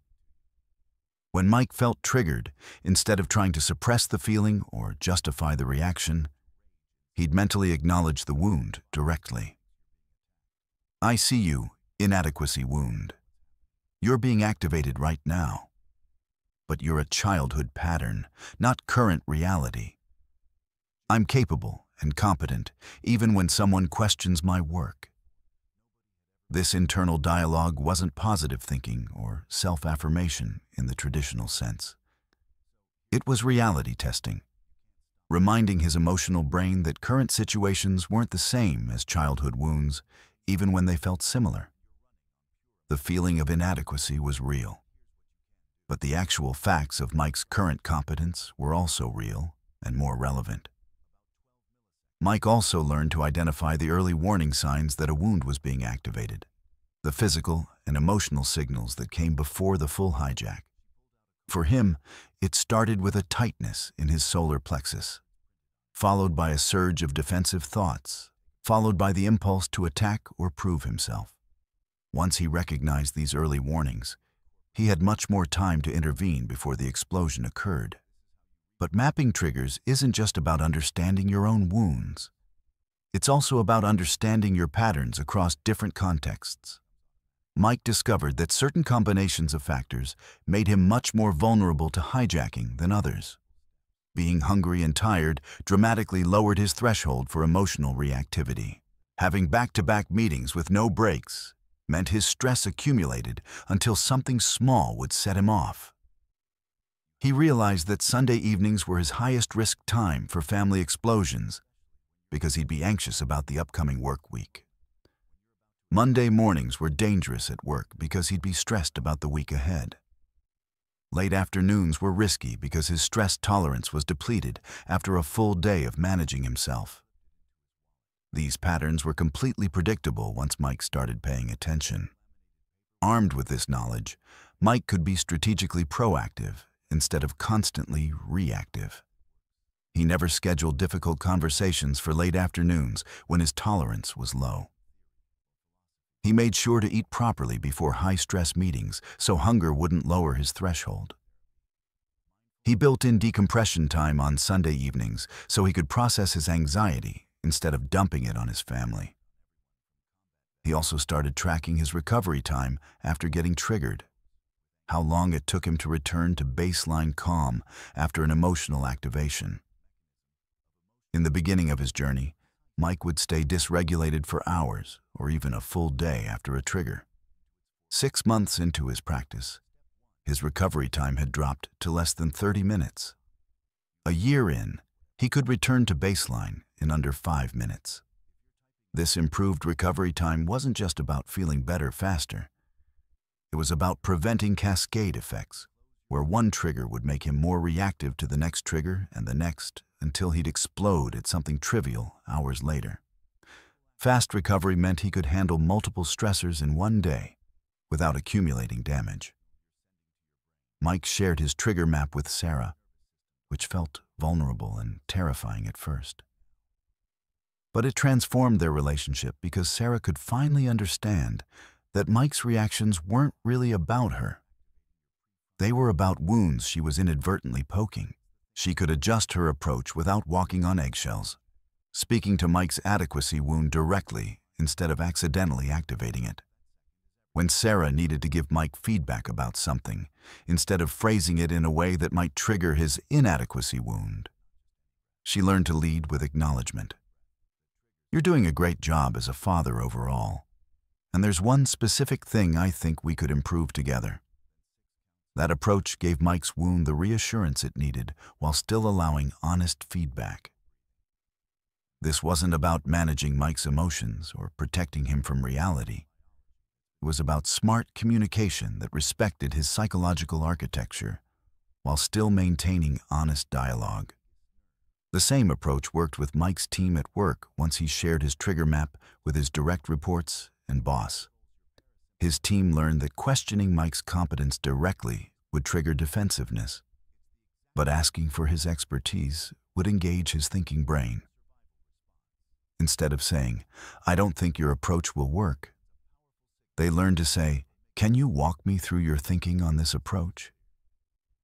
Same feedback, completely different neurological impact. But here's the critical lesson Mike learned about trigger maps. They're not static documents. They evolve as you heal and grow. Triggers that would have destroyed Mike in month 1 barely registered in month 12. New triggers emerged as he worked on himself. Wounds he hadn't recognized before becoming visible as he healed the obvious ones. Mike discovered he had a secondary wound around being controlled or told what to do. A wound that had been hidden beneath his louder inadequacy wound. As the inadequacy wound healed, the control wound became more apparent and needed its own attention and healing. This process of discovery and healing became ongoing rather than a one-time project. The most powerful realization Mike had about his trigger map came during a therapy session Sarah convinced him to attend. The therapist helped Mike see that his wounds weren't enemies to defeat or problems to solve. They were messengers giving him information about unmet needs and unhealed hurts. The inadequacy wound was telling Mike he needed more internal validation instead of constantly seeking external proof of his worth. Once Mike understood this, he could start meeting the need beneath the wound directly. Instead of waiting for others to validate his competence, he started validating himself through objective assessment of his actual capabilities and achievements. Instead of needing his father's approval that would never come, he started grieving that relationship and building his sense of worth independent of it. This deeper healing work didn't eliminate Mike's triggers completely, but it dramatically reduced their intensity and frequency. Situations that would have caused a Category 5 hurricane in his early days now produced maybe a Category 2 tropical storm. Uncomfortable, but manageable. And he had the tools to weather even those storms without damaging everything around him. Mike kept updating his trigger map quarterly, adding new discoveries, marking triggers that had lost their power, noting new patterns as they emerged. The map became a living document of his emotional landscape, a tool for self-awareness that prevented countless explosions before they could occur. And the practice of mapping itself became a form of emotional intelligence training, teaching Mike to observe his own reactions with curiosity instead of judgment. By the end of his first year of mapping triggers, Mike had reduced his emotional explosions by 94%. The few explosions that still occurred were shorter, less intense, and followed by faster recovery and repair. More importantly, Mike had developed the self-awareness to predict and prevent most triggering situations before they escalated. He'd gone from walking blindly through an emotional minefield to having a detailed map that let him choose his path carefully. But all the mapping and prevention in the world couldn't prepare Mike for what happened next. Because life doesn't just throw gradual challenges at you that you can prepare for with techniques and practice. Sometimes life throws you into a crisis so overwhelming that everything you've learned gets tested simultaneously, and you either break or prove that your transformation is real. Chapter 8. Crisis Moment. The phone call came at 2:47 a.m. on a Tuesday. Mike woke to the sound of his cell phone vibrating on the nightstand, that particular pattern that meant someone was calling repeatedly. He grabbed it before it woke Sarah, saw his mother's number, and felt his chest tighten immediately. His mother never called in the middle of the night unless something was catastrophically wrong. Mike. His mother's voice was shaking, barely holding together. It's your father. He's in the ICU. They think it was a massive stroke. You need to come now. Mike felt like he'd been punched in the stomach. His father, the critical, demanding man who'd never been satisfied with anything Mike accomplished. The source of that inadequacy wound Mike had been working so hard to heal. And now he was dying. Maybe already gone by the time Mike could get there. The old Mike would have exploded at this news, punching walls or screaming or taking it out on whoever was nearby. But Mike had a year of practice behind him now, a year of building neural pathways for staying calm under pressure. He used the stop method automatically, took 3 deep breaths, and woke Sarah calmly to tell her what was happening. I need to drive to the hospital now. It's about an hour away. Can you handle getting the kids to school? Sarah was fully awake instantly, seeing the controlled panic in Mike's eyes. Of course. Do you want me to come with you? No, stay with the kids. I'll call you when I know more. Mike kissed her forehead, got dressed in the dark, and was in his car within 10 minutes of getting the call.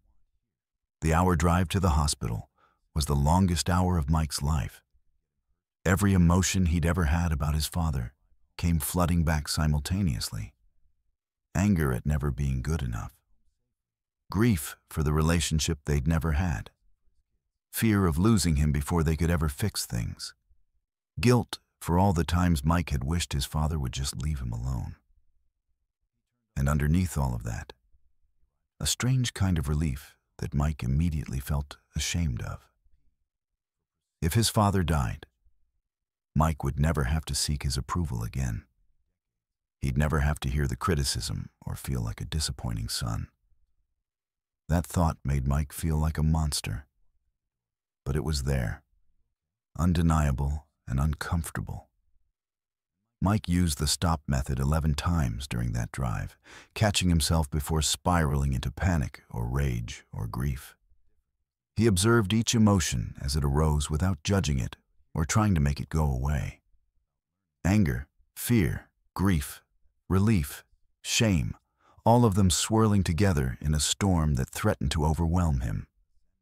But Mike had trained for this, had inoculated himself against stress, had mapped his triggers and wounds. He stayed functional, even though every cell in his body wanted to shut down or explode. He arrived at the hospital at 4:15 a.m., found his mother in the ICU waiting room looking small and terrified. Mike hugged her, and she collapsed into sobs against his chest. They said he might not make it through the night. 20 minutes after I found him on the floor, 20 minutes he was without oxygen to his brain. They don't know how much damage. Mike felt his own tears coming, but he pushed them down because his mother needed him to be strong right now. He could fall apart later. Right now, he needed to be present and calm and useful. Tell me what the doctor said. Everything. From the beginning. His mother walked him through the nightmare of finding Mike's father unconscious, calling 911, riding in the ambulance, the frantic activity in the ER. Mike listened without interrupting, giving her space to process through telling the story. And as she talked, Mike realized he was using every skill he'd learned over the past year simultaneously. The stop method to manage his rising panic. Stress inoculation training that had prepared him to stay calm in crisis. Wound awareness to recognize when his inadequacy feelings were being triggered. Recovery techniques to return to baseline after each emotional wave. A doctor came into the waiting room at 5:30 a.m., looking exhausted and cautious. Are you Michael Anderson's family? Mike stood up, his mother gripping his hand. I'm his son. This is his wife. How is he? He's stable for now, but the stroke was severe. He has significant left hemisphere damage, which affects his speech and his right side movement. We won't know the full extent until he wakes up, if he wakes up. The next 72 hours are critical. Can we see him? Mike's mother's voice was barely a whisper. Yes, but only for a few minutes. He's unconscious and intubated. It won't look like him right now. The doctor wasn't wrong. When Mike walked into that ICU room and saw his father lying there with tubes and machines and monitors everywhere, it didn't look like the imposing critical man who dominated Mike's childhood. It looked like a fragile old man whose body had betrayed him. Mike stood next to the bed, looking at his father's face, peaceful in unconsciousness in a way it never was in waking life. And Mike felt something unexpected, not rage or resentment or even grief, just a deep, overwhelming sadness for all the years they'd wasted in conflict, for the relationship they'd never built, for the healing that might never happen now. Mike's mother touched his father's hand gently. Talk to him. They say people in comas can hear. Tell him something? Mike didn't know what to say. Sorry for being a disappointment? Sorry for being angry? Sorry for not being the son you wanted? All of those felt true and insufficient. So Mike said the only thing that felt honest in that moment. I'm here, Dad. I'm not going anywhere. Whatever happens, I'm here. The crisis lasted 5 days. Mike essentially lived at the hospital, sleeping in chairs, eating vending machine food, managing his mother's panic and his own exhaustion. He had to coordinate with work, with Sarah and the kids, with doctors who gave updates that were somehow both detailed and vague. His father woke up on day 3 but couldn't speak, could barely move his right side, and didn't seem to fully recognize where he was or what had happened. Mike used every tool in his arsenal to stay functional during those 5 days. He did cold showers in the hospital bathroom to reset his nervous system. He practiced the stop method dozens of times per day. He called Janet from HR twice to talk through his emotions. He checked in with Sarah every evening and let himself cry on the phone with her where his mother couldn't see.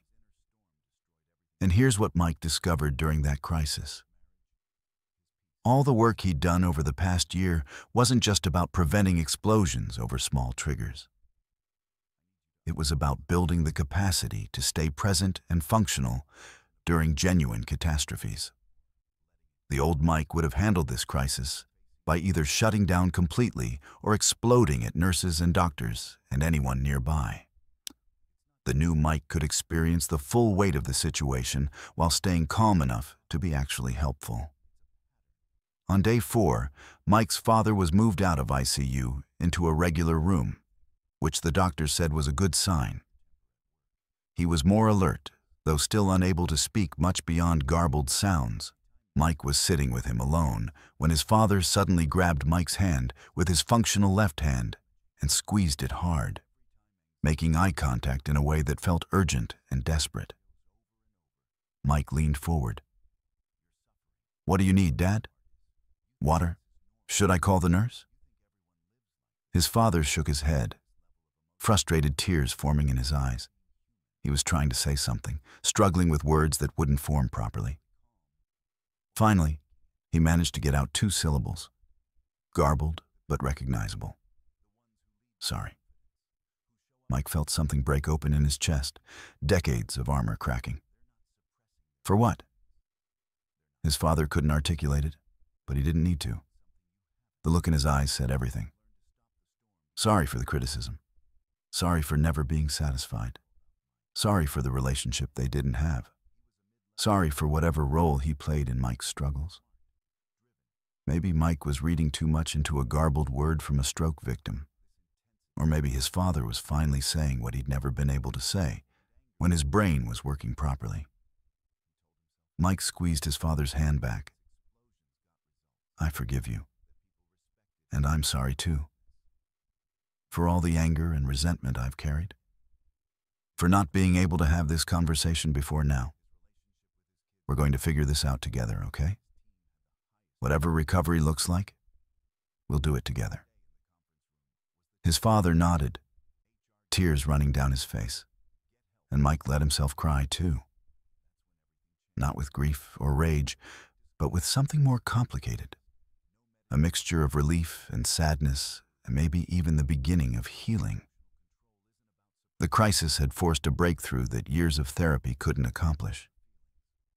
Not because the crisis was good, but because it stripped away all the defenses and excuses and left only essential truth. Mike stayed with his father for another hour, holding his hand in silence, both of them processing decades of dysfunction in a hospital room, with the rhythm of medical equipment beeping in the background. And when Mike finally left to get some sleep, he felt different somehow. Lighter in a way he couldn't quite explain. The crisis wasn't over. His father faced months of intensive rehabilitation with uncertain outcomes. Mike would need to help coordinate care, support his mother, manage the emotional and logistical complexity of a parent's serious illness.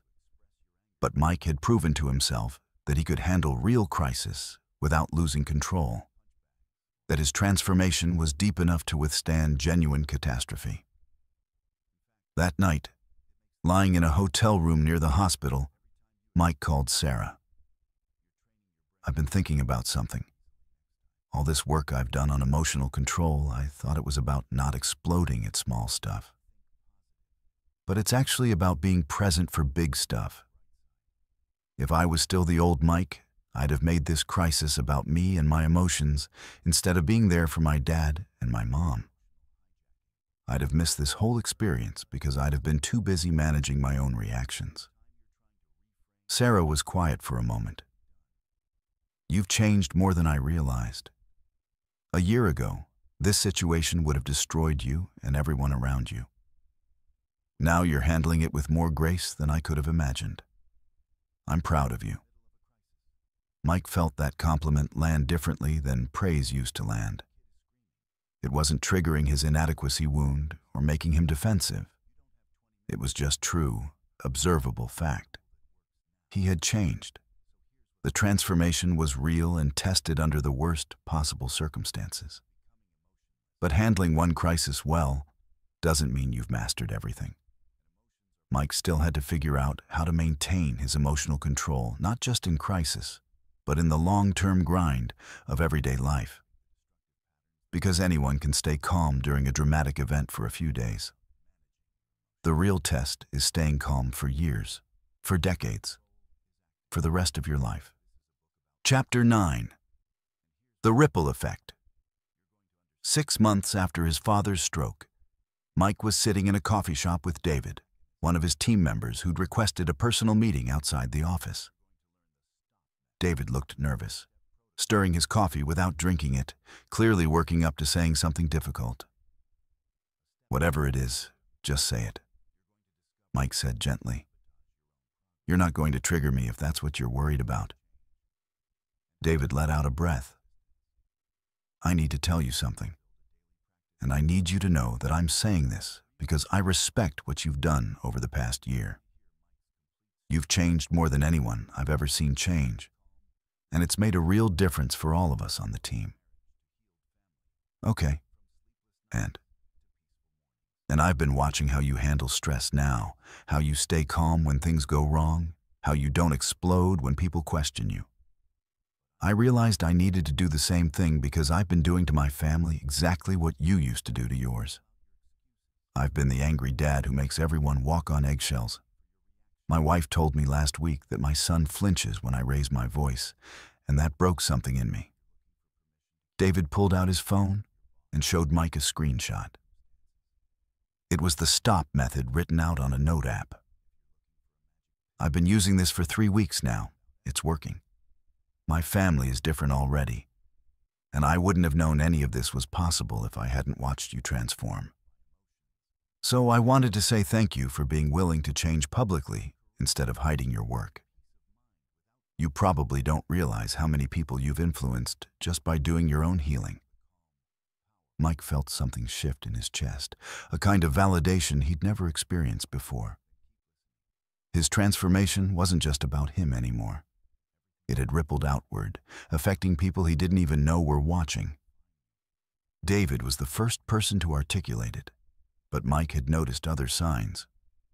His team members were calmer in meetings, more willing to disagree constructively.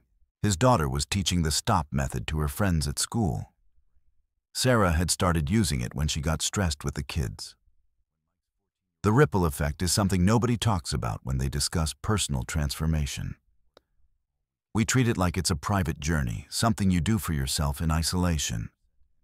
But every person exists in a network of relationships. And when you change, that network feels it. Your transformation creates permission for other people to transform. Your healing creates space for other people to heal.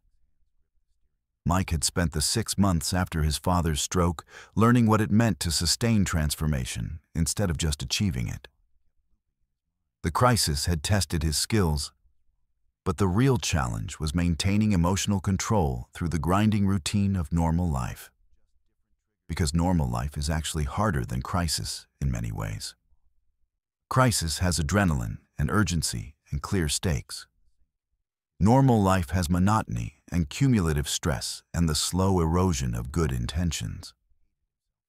Mike had watched himself carefully during those months, noting when his practice slipped and when it strengthened. He discovered that his emotional control was directly connected to his basic physical maintenance. When he skipped his morning cold shower, he was more reactive that day. When he didn't get enough sleep, his stress tolerance plummeted. When he ate poorly or stopped exercising, his baseline irritability increased within 48 hours. This wasn't weakness, it was biology. Your brain's ability to regulate emotion is directly dependent on your body's physical state. A tired, hungry, sedentary body produces a reactive, volatile brain. A rested, nourished, physically active body produces a calm, resilient brain. Mike had learned to treat his physical health as emotional insurance, investing in sleep and nutrition and movement so his emotional regulation would be there when he needed it. Mike also discovered that his emotional control required ongoing skill practice, not just occasional use during triggers. He'd started treating the stop method like a professional athlete treats their fundamental skills, practicing it daily, even when he didn't need it. 10 minutes every morning running through the 4 steps with imagined scenarios. 5 minutes every evening reviewing moments that day when he'd used it or should have used it. This daily practice kept the neural pathways active and automatic. When real triggers appeared, Mike's body responded with the stop method before his conscious mind even registered the threat. It had become muscle memory, a trained reflex rather than a conscious technique. That's what mastery looks like, when the skill operates automatically without conscious effort. But physical maintenance and skill practice weren't enough. Mike learned that sustained transformation required something deeper, something he'd never understood before. It required a fundamental shift in his identity, in who he believed himself to be at the core. For 42 years, Mike had identified as the passionate guy, the one who wore his heart on his sleeve, the one who told it like it is, without filter. That identity had felt authentic and powerful, even though it was destroying his life. Changing his behavior without changing his identity had created constant internal conflict, like he was pretending to be someone he wasn't. The breakthrough came during a conversation with Janet, 6 months into his transformation. "Who are you now?" she'd asked. "Not who you're trying to be, who you actually are right now." Mike had thought about it for a long time before answering. "I'm someone who feels emotions intensely, but chooses his responses carefully. I'm someone who values connection more than being right. I'm someone who leads by example instead of intimidation. I'm someone who breaks generational patterns instead of perpetuating them." Janet had smiled. "Say that every morning when you wake up. Not as an aspiration, but as a statement of current fact. Because it's true. You're not becoming that person. You are that person. That shift from "I'm trying to be calm" to "I am calm" changed everything. Mike stopped fighting against his old identity and stepped fully into his new one. The internal conflict disappeared because there was no gap between who he was and who he was trying to be. The new identity felt natural instead of forced because it was based on his actual current behavior, not some future ideal. Mike started noticing how his new identity influenced every interaction in ways he hadn't predicted. People treated him differently because he was presenting differently. Colleagues sought his input during crises because they trusted his calm judgment. His kids came to him with problems instead of hiding them. Sarah relaxed around him in ways she hadn't for years. The external respect he received matched his internal identity, creating a reinforcing loop. But the most profound ripple effect happened with Mike's father. During the months of rehabilitation after the stroke, Mike visited his father 3 times a week. His father's speech was slowly returning, though it remained halting and difficult. They'd have conversations that would have been impossible before the stroke, both because his father's defenses were down and because Mike had the emotional capacity to stay present without getting defensive. One afternoon, about 7 months after the stroke, Mike's father asked him something that had clearly been weighing on him. "How did you change so much? You're not the angry boy anymore." Mike thought about how to explain a year's worth of work in a way his father could understand. "I learned that anger was a choice I was making, not something that happened to me. I learned there was a method to interrupting it, and I learned that the patterns we inherit don't have to be permanent." His father was quiet for a long moment. "I gave you those patterns. The anger, the criticism. I'm sorry. I know. And I'm breaking them so I don't give them to my kids. That's how we heal generational wounds. Someone has to be willing to stop passing them forward." His father's eyes filled with tears. "I wish I'd learned what you learned before I damaged so much." "You can still learn it. Your brain still works, just differently. I can teach you the stop method if you want. It's simple enough that anyone can use it." And so Mike spent the next 3 months teaching his stroke-affected father the same technique that had changed his life. It was slower, more difficult because of the brain damage, but his father practiced it religiously. Mike would watch his father pause in the middle of getting frustrated with his rehabilitation exercises, take a deliberate breath, and proceed more calmly. The man who'd been a source of criticism and volatility for decades was learning emotional control at 73 years old after a stroke. The healing that created between them was deeper than Mike could have imagined. They weren't just repairing their relationship. They were building one they'd never had. His father started expressing pride in Mike without qualification, not for achievements, but for the person Mike had become. Mike started seeing his father as human instead of as a wound that needed healing. Mike's mother pulled him aside one day after a visit. "I don't know what you did, but your father is different. Gentler, more patient. Even with the stroke, he's easier to be around now than he was before when he was healthy. You gave me my husband back, a better version than I ever knew existed." That's the ripple effect at its most powerful. Mike's transformation hadn't just changed his own life. It had changed his marriage, his relationship with his kids, his professional reputation, his team's culture, and even his father's approach to life in the final chapters. One person doing deep healing work creates concentric circles of influence that touch dozens or hundreds of other lives. Mike started getting requests from other people in his company to teach them about emotional control. His story had spread through the organization, and people wanted what he'd found. Mike wasn't a trained therapist or a certified coach. but he shared what he'd learned freely. He taught the stop method to anyone who asked. He explained trigger mapping and stress inoculation and wound acknowledgement. He told his story honestly, including all the damage he'd done and how long it took to change. Some people took the information and transformed immediately. Others tried it for a week and gave up. A few people went through their own year-long journey similar to Mike's. But everyone who seriously engaged with the work showed improvement. The techniques worked because they were based on neuroscience, not wishful thinking. You couldn't fail at them if you actually practiced them consistently.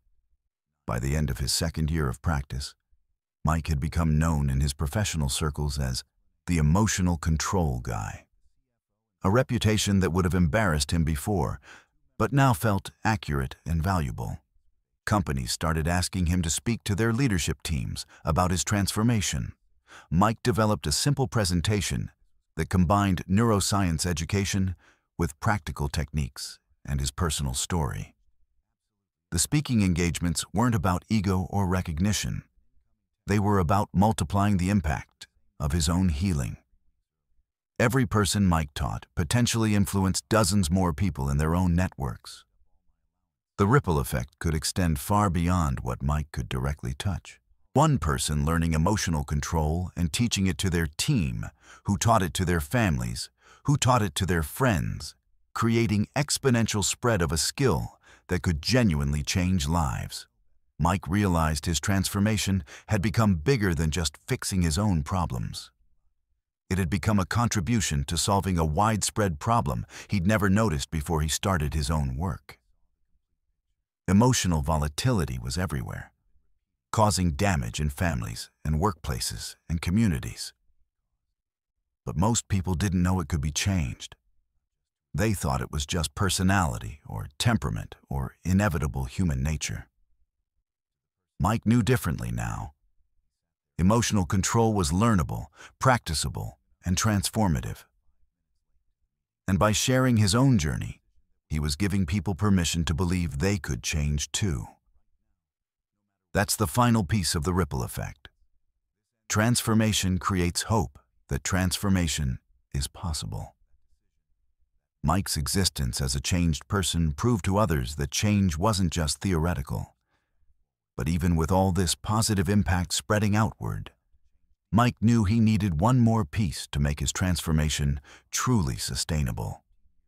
He needed a system, a daily practice structure that would keep him on track for years to come, that would prevent backsliding into old patterns, that would turn temporary change into permanent transformation. Conclusion. Your 30-day practice starts now. 5 years have passed since Mike sat in that parking lot reading a text from his daughter and deciding that everything had to change. 5 years since that HR meeting where Janet taught him the stop method on a laminated card. 5 years since he started the journey from being controlled by his emotions to mastering them. Today, Mike is a completely different person living a completely different life. Not because his circumstances changed, but because he changed how he showed up in those circumstances. His job is more demanding now than it was 5 years ago. He's a senior VP with more responsibility and more pressure. His kids are teenagers dealing with their own emotional challenges. His father passed away 2 years ago after 3 years of slow recovery from the stroke. Life hasn't gotten easier, but Mike has gotten stronger. The explosions that used to define him have become so rare that when they do happen, everyone around him is surprised. His last major emotional outburst was 8 months ago when a client backed out of a major deal at the last minute, costing his team 6 months of work. Mike felt the rage rising, used the stop method, and still ended up raising his voice in frustration before catching himself and resetting. But even that partial explosion was nothing compared to what the old Mike would have done. And he recovered within 5 minutes instead of staying dysregulated for hours. Mike's marriage to Sarah is stronger than it's ever been, not despite the challenges they've faced, but because Mike learned to show up for them without making everything about his own emotional state. His kids, now 17 and 15, come to him with their problems instead of hiding them. They've learned emotional regulation from watching him practice it, absorbing the skills through observation that will serve them for their entire lives. Mike's professional reputation has evolved from the hothead to avoid to the calm strategic leader everyone wants. He gets recruited regularly by other companies, speaks at leadership conferences about emotional control, and mentors other executives who struggle with the same issues he used to struggle with. The transformation he made in himself has rippled out to touch hundreds of other lives. But here's what Mike knows now that he didn't know 5 years ago. Transformation is not a destination you arrive at. It's a practice you maintain. There's no point where you've permanently changed and can stop doing the work. There's only the choice to keep practicing or the choice to stop practicing. And stopping means slowly sliding back toward old patterns. Mike still does his morning routine every single day. Still takes cold showers to train stress resilience. Still practices the stop method even when he doesn't feel triggered. Still does his weekly reviews and monthly check-ins. Still updates his trigger map and adjusts his system based on what's working and what isn't. The work never ends because maintenance never ends. But the work gets easier and more automatic over time until it barely feels like work at all. And that's the message Mike wants you to hear right now, at the end of his story and the beginning of yours. You can change. Not theoretically, not hopefully, not maybe someday. Actually, practically. Starting today, everything Mike learned is available to you right now. The stop method isn't secret knowledge or special wisdom. It's a simple 4-step process anyone can use. Stop what you're doing. Take a breath. Observe what you're feeling. Proceed with intention. That's it. That's the entire technique that transformed Mike's life. But knowing the technique isn't enough. Reading about transformation isn't the same as experiencing it. You have to actually practice, actually do the work, actually commit to the daily structure that makes change inevitable instead of aspirational. And that work starts in the next 30 days. Here's what Mike learned about the 30-day mark. It's not some magical threshold where everything becomes easy, but it is the point where your brain starts to accept new patterns as real instead of temporary. 30 days of consistent practice creates neural pathways strong enough to compete with your old patterns. 30 days gives you enough experience to see actual results, to notice real changes in how you respond to triggers. So here's what you're going to do starting today. Not tomorrow, not next week, not when you feel ready or when circumstances are better. Today, right now. Before you finish listening to this, you're going to write down the stop method somewhere you'll see it every single day. On your bathroom mirror, on your phone's lock screen, on a card in your wallet. Somewhere that reminds you multiple times per day that you have a tool you can use when emotions threaten to hijack you. You're going to identify your 3 biggest triggers, the situations that most consistently cause you to lose control. Be specific. Not when people are rude to me, but when my boss criticizes my work in front of other people, or when my teenager rolls their eyes at me. Write these down. These are your primary targets for the next 30 days. You're going to practice the stop method every single morning for the next 30 days, even before triggers appear. Set aside 10 minutes. Visualize one of your 3 triggers and walk through the 4 steps with that scenario. Stop, take a breath, observe, proceed. Do this when you're calm so your brain learns the pattern before you need it in crisis. You're going to start a trigger journal, writing down every time you get emotionally activated over the next 30 days. Not to judge yourself or feel guilty, but to collect data. What triggered you? Did you use the stop method? Did it work? How long did it take you to recover? This information will show you your patterns and your progress. You're going to build in at least one physical stress practice per day. Cold showers are ideal, but not required. Any practice that creates controlled physical stress while you practice staying calm works. High-intensity exercise, breath holds, difficult yoga poses, something that trains your nervous system to stay regulated under pressure. You're going to share what you're doing with at least one person who can support you and hold you accountable, not someone who will judge you or manage your emotions, but someone who will notice your progress and remind you to keep practicing when you want to quit. Transformation happens faster and sticks better when it's not done in isolation. And most importantly, you're going to commit to these practices for 30 days, regardless of how you feel about them. There will be days when it feels pointless, days when you don't think you need it, days when you want to skip it because you're busy or tired or confident. Those are exactly the days when practice matters most. 30 days. That's all Mike is asking you to commit to right now. Not the rest of your life, not forever, just 30 days of consistent practice to see if this actually works for you the way it worked for him. And here's what Mike promises based on his own experience and the hundreds of people he's taught. If you actually do these practices for 30 days, you will see measurable change. You won't be perfect after 30 days. You'll still get triggered. You'll still have moments where you fail to use the stop method or use it and still explode anyway. But you'll notice improvements. You'll catch yourself earlier in the reaction cycle. You'll recover faster after explosions. You'll have moments of genuine calm that used to be impossible. And those small improvements will give you the evidence you need to keep going.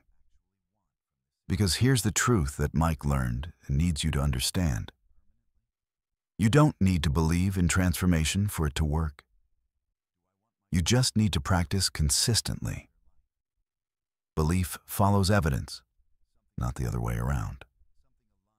Right now, you might doubt that you can really change, that emotional control is really possible for someone like you with your history and your temperament. That doubt is normal. Mike felt it too. But do the practices anyway. Give yourself 30 days of consistent practice despite your doubt, and let the results speak for themselves. Let your own experience become the proof you need, instead of waiting for belief to magically appear before you start. The inner storm that's been controlling your life doesn't have to define your future. The damage you've done to relationships doesn't have to be permanent. The patterns you inherited from your family don't have to be passed on to your children. The reputation you have as the reactive, volatile person doesn't have to follow you forever. You can change. Mike did it. Hundreds of people Mike has taught have done it. People with worse starting points than you, with more severe anger issues than you, with longer histories of destruction than you. If they could do it, you can do it. The only question is whether you will do it, whether you'll make the choice right now to start the 30-day practice that could transform everything. Mike's story started with a moment of crisis, a text from his daughter that broke through his denial and forced him to see what he'd been doing to the people he loved. Your story might start differently. Maybe it's starting right now as you listen to this. But however it starts, what matters is that it starts. That you take the first step today instead of waiting for some perfect future moment that will never come. Your inner storm is waiting for you to learn how to calm it. Your family is waiting for the version of you that stays present instead of explosive. Your career is waiting for the leader who can handle pressure without cracking. Your own peace of mind is waiting for you to stop being controlled by chemical reactions in your brain and start living from conscious choice. Everything Mike learned over 5 years of practice is available to you in the next 30 days. The techniques work, the system works, the transformation is real and achievable. But it only works if you actually do it. If you move from reading about change to practicing change. If you commit to 30 days of consistent work starting right now. So here's the final question Mike wants to ask you. The question that will determine whether this audiobook changes your life or just takes up an hour and a half of your time. Are you ready to stop your inner storm? Are you ready to take control of your emotions instead of being controlled by them? Are you ready to start the 30-day practice that could transform everything?